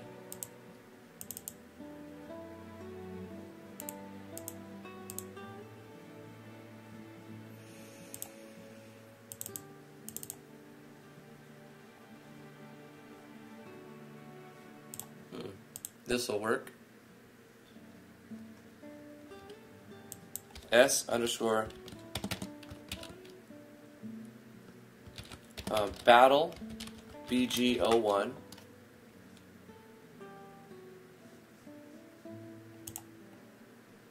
I made these. Okay, hold up. 1104.621. Let's change these. 1280 by 720.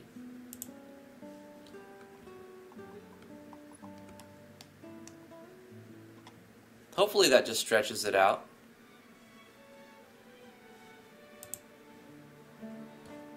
If so, that's a great way. We don't have to go into Photoshop and resize it.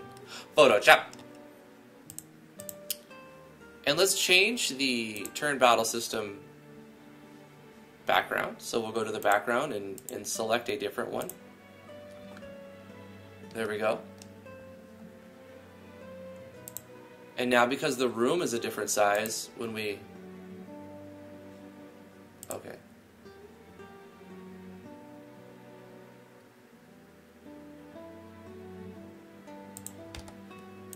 we click Explore, the GUI stays the same. It actually looks a lot better. My very crappy Sprite background is beaten by this one. I think that's a good stopping point. Thank you so much for coming to the live stream and helping with the feedback and the follows on Twitch and subscribing to the channel, and Pretty Miss Thing for the bits. You know how to monetize GMS games and publish it to Google Play Store? I've never done that. I don't see a problem with doing that. If I have a product I want to try to sell, which I don't at this point have a product that I'm trying to sell in GMS2, I'm having fun learning, and maybe one of these days I will sell a GMS2 project, thing, game. Right now, I'm trying to familiarize myself with all the aspects that I can, and then put together something that I give out for free, like I did with MV. Put out something free as a, like, I don't know. The next one I'm working on, Natural Explorers, which I work on 10 to noon Eastern Standard Time, Monday through Thursday, RPG Maker MV project. That will be on Steam eventually. And on Fridays, we usually mess around in GameMaker Studio too, but we also do first impressions videos when somebody wants to pay me to do them.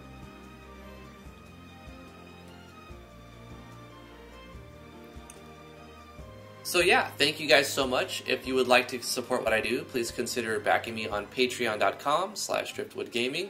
I offer tutorials. I have 300 plus RPG Maker tutorials on my YouTube channel, youtube.com/driftwoodgamingmv. If you would like to follow me on the Tweetster, twitter.com/driftwoodgaming. I have a website, driftwoodgaming.com. And the link is in the description below for all of these things, including the Discord, which you should come and hang out before and after the live streams. I'm there, and I'm there pretty much all day, every day. I just keep it running. If my computer's on, which it normally is, except if I'm sleeping, I have the Discord open.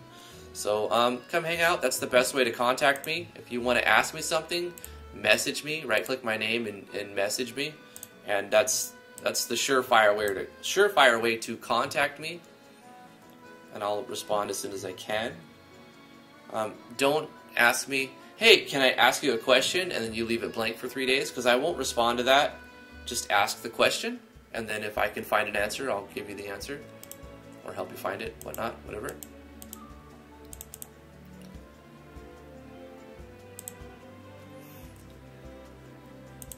Yeah, that's pretty cool. What we might do is change this whole clicker idea and make it into more of a, like, you have options. You click on attack and that takes your turn, and then you'll get retaliated by the enemy will hit you back, and maybe you can cast spells or use skills or use items, etc. So we'll have like more GUI elements going up.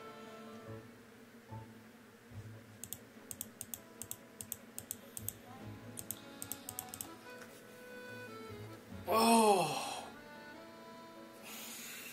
No, people have paid me, Omni. They just don't want me to play their game every month. They want to put out big updates before I show it to the world. I feel very blessed. I have a lot of backers, and they pay me very generously, even when they're not asking for anything in return. So that's very, very cool. And when they do decide, okay, it's time, I put out this big update, I want people to see my project. You don't always want people to see your project, you know. That's the thing. You don't want to showcase your flaws, because that will happen, you know. And I do my best to highlight the good things. But I totally understand when you say, just chill, we got this project on the back burner, and I'll give you the cue when it's time to go. Here's the new update, and then once I get the new update, I record that and do that.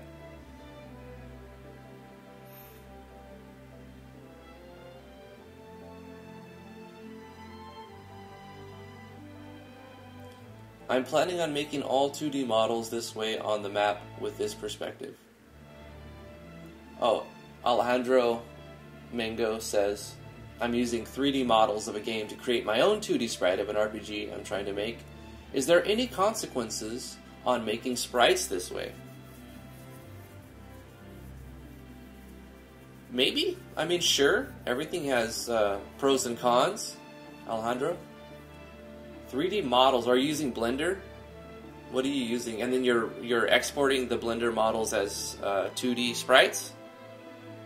It depends on what program you're using too, for what pros and cons are there. I'm not sure. You may have some perspective issues if you're exporting some sprites at like one angle, but the other sprites are at a different angle. Like when you rotate those sprites, it doesn't. Like it depends on your whole process, so I can't say.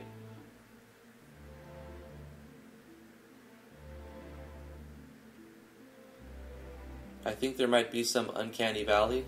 What does that mean?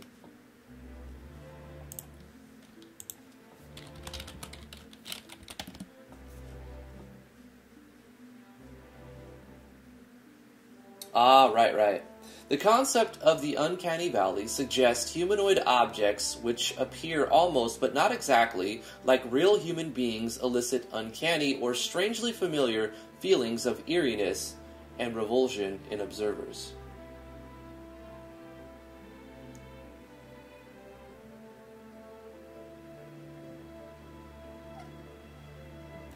Right.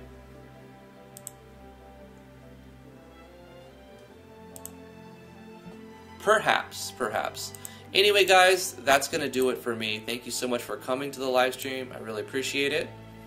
If you would like to support what I do, I've mentioned the things already. I've done my plugging of the things. So that's going to do it. Bye-bye. See you guys.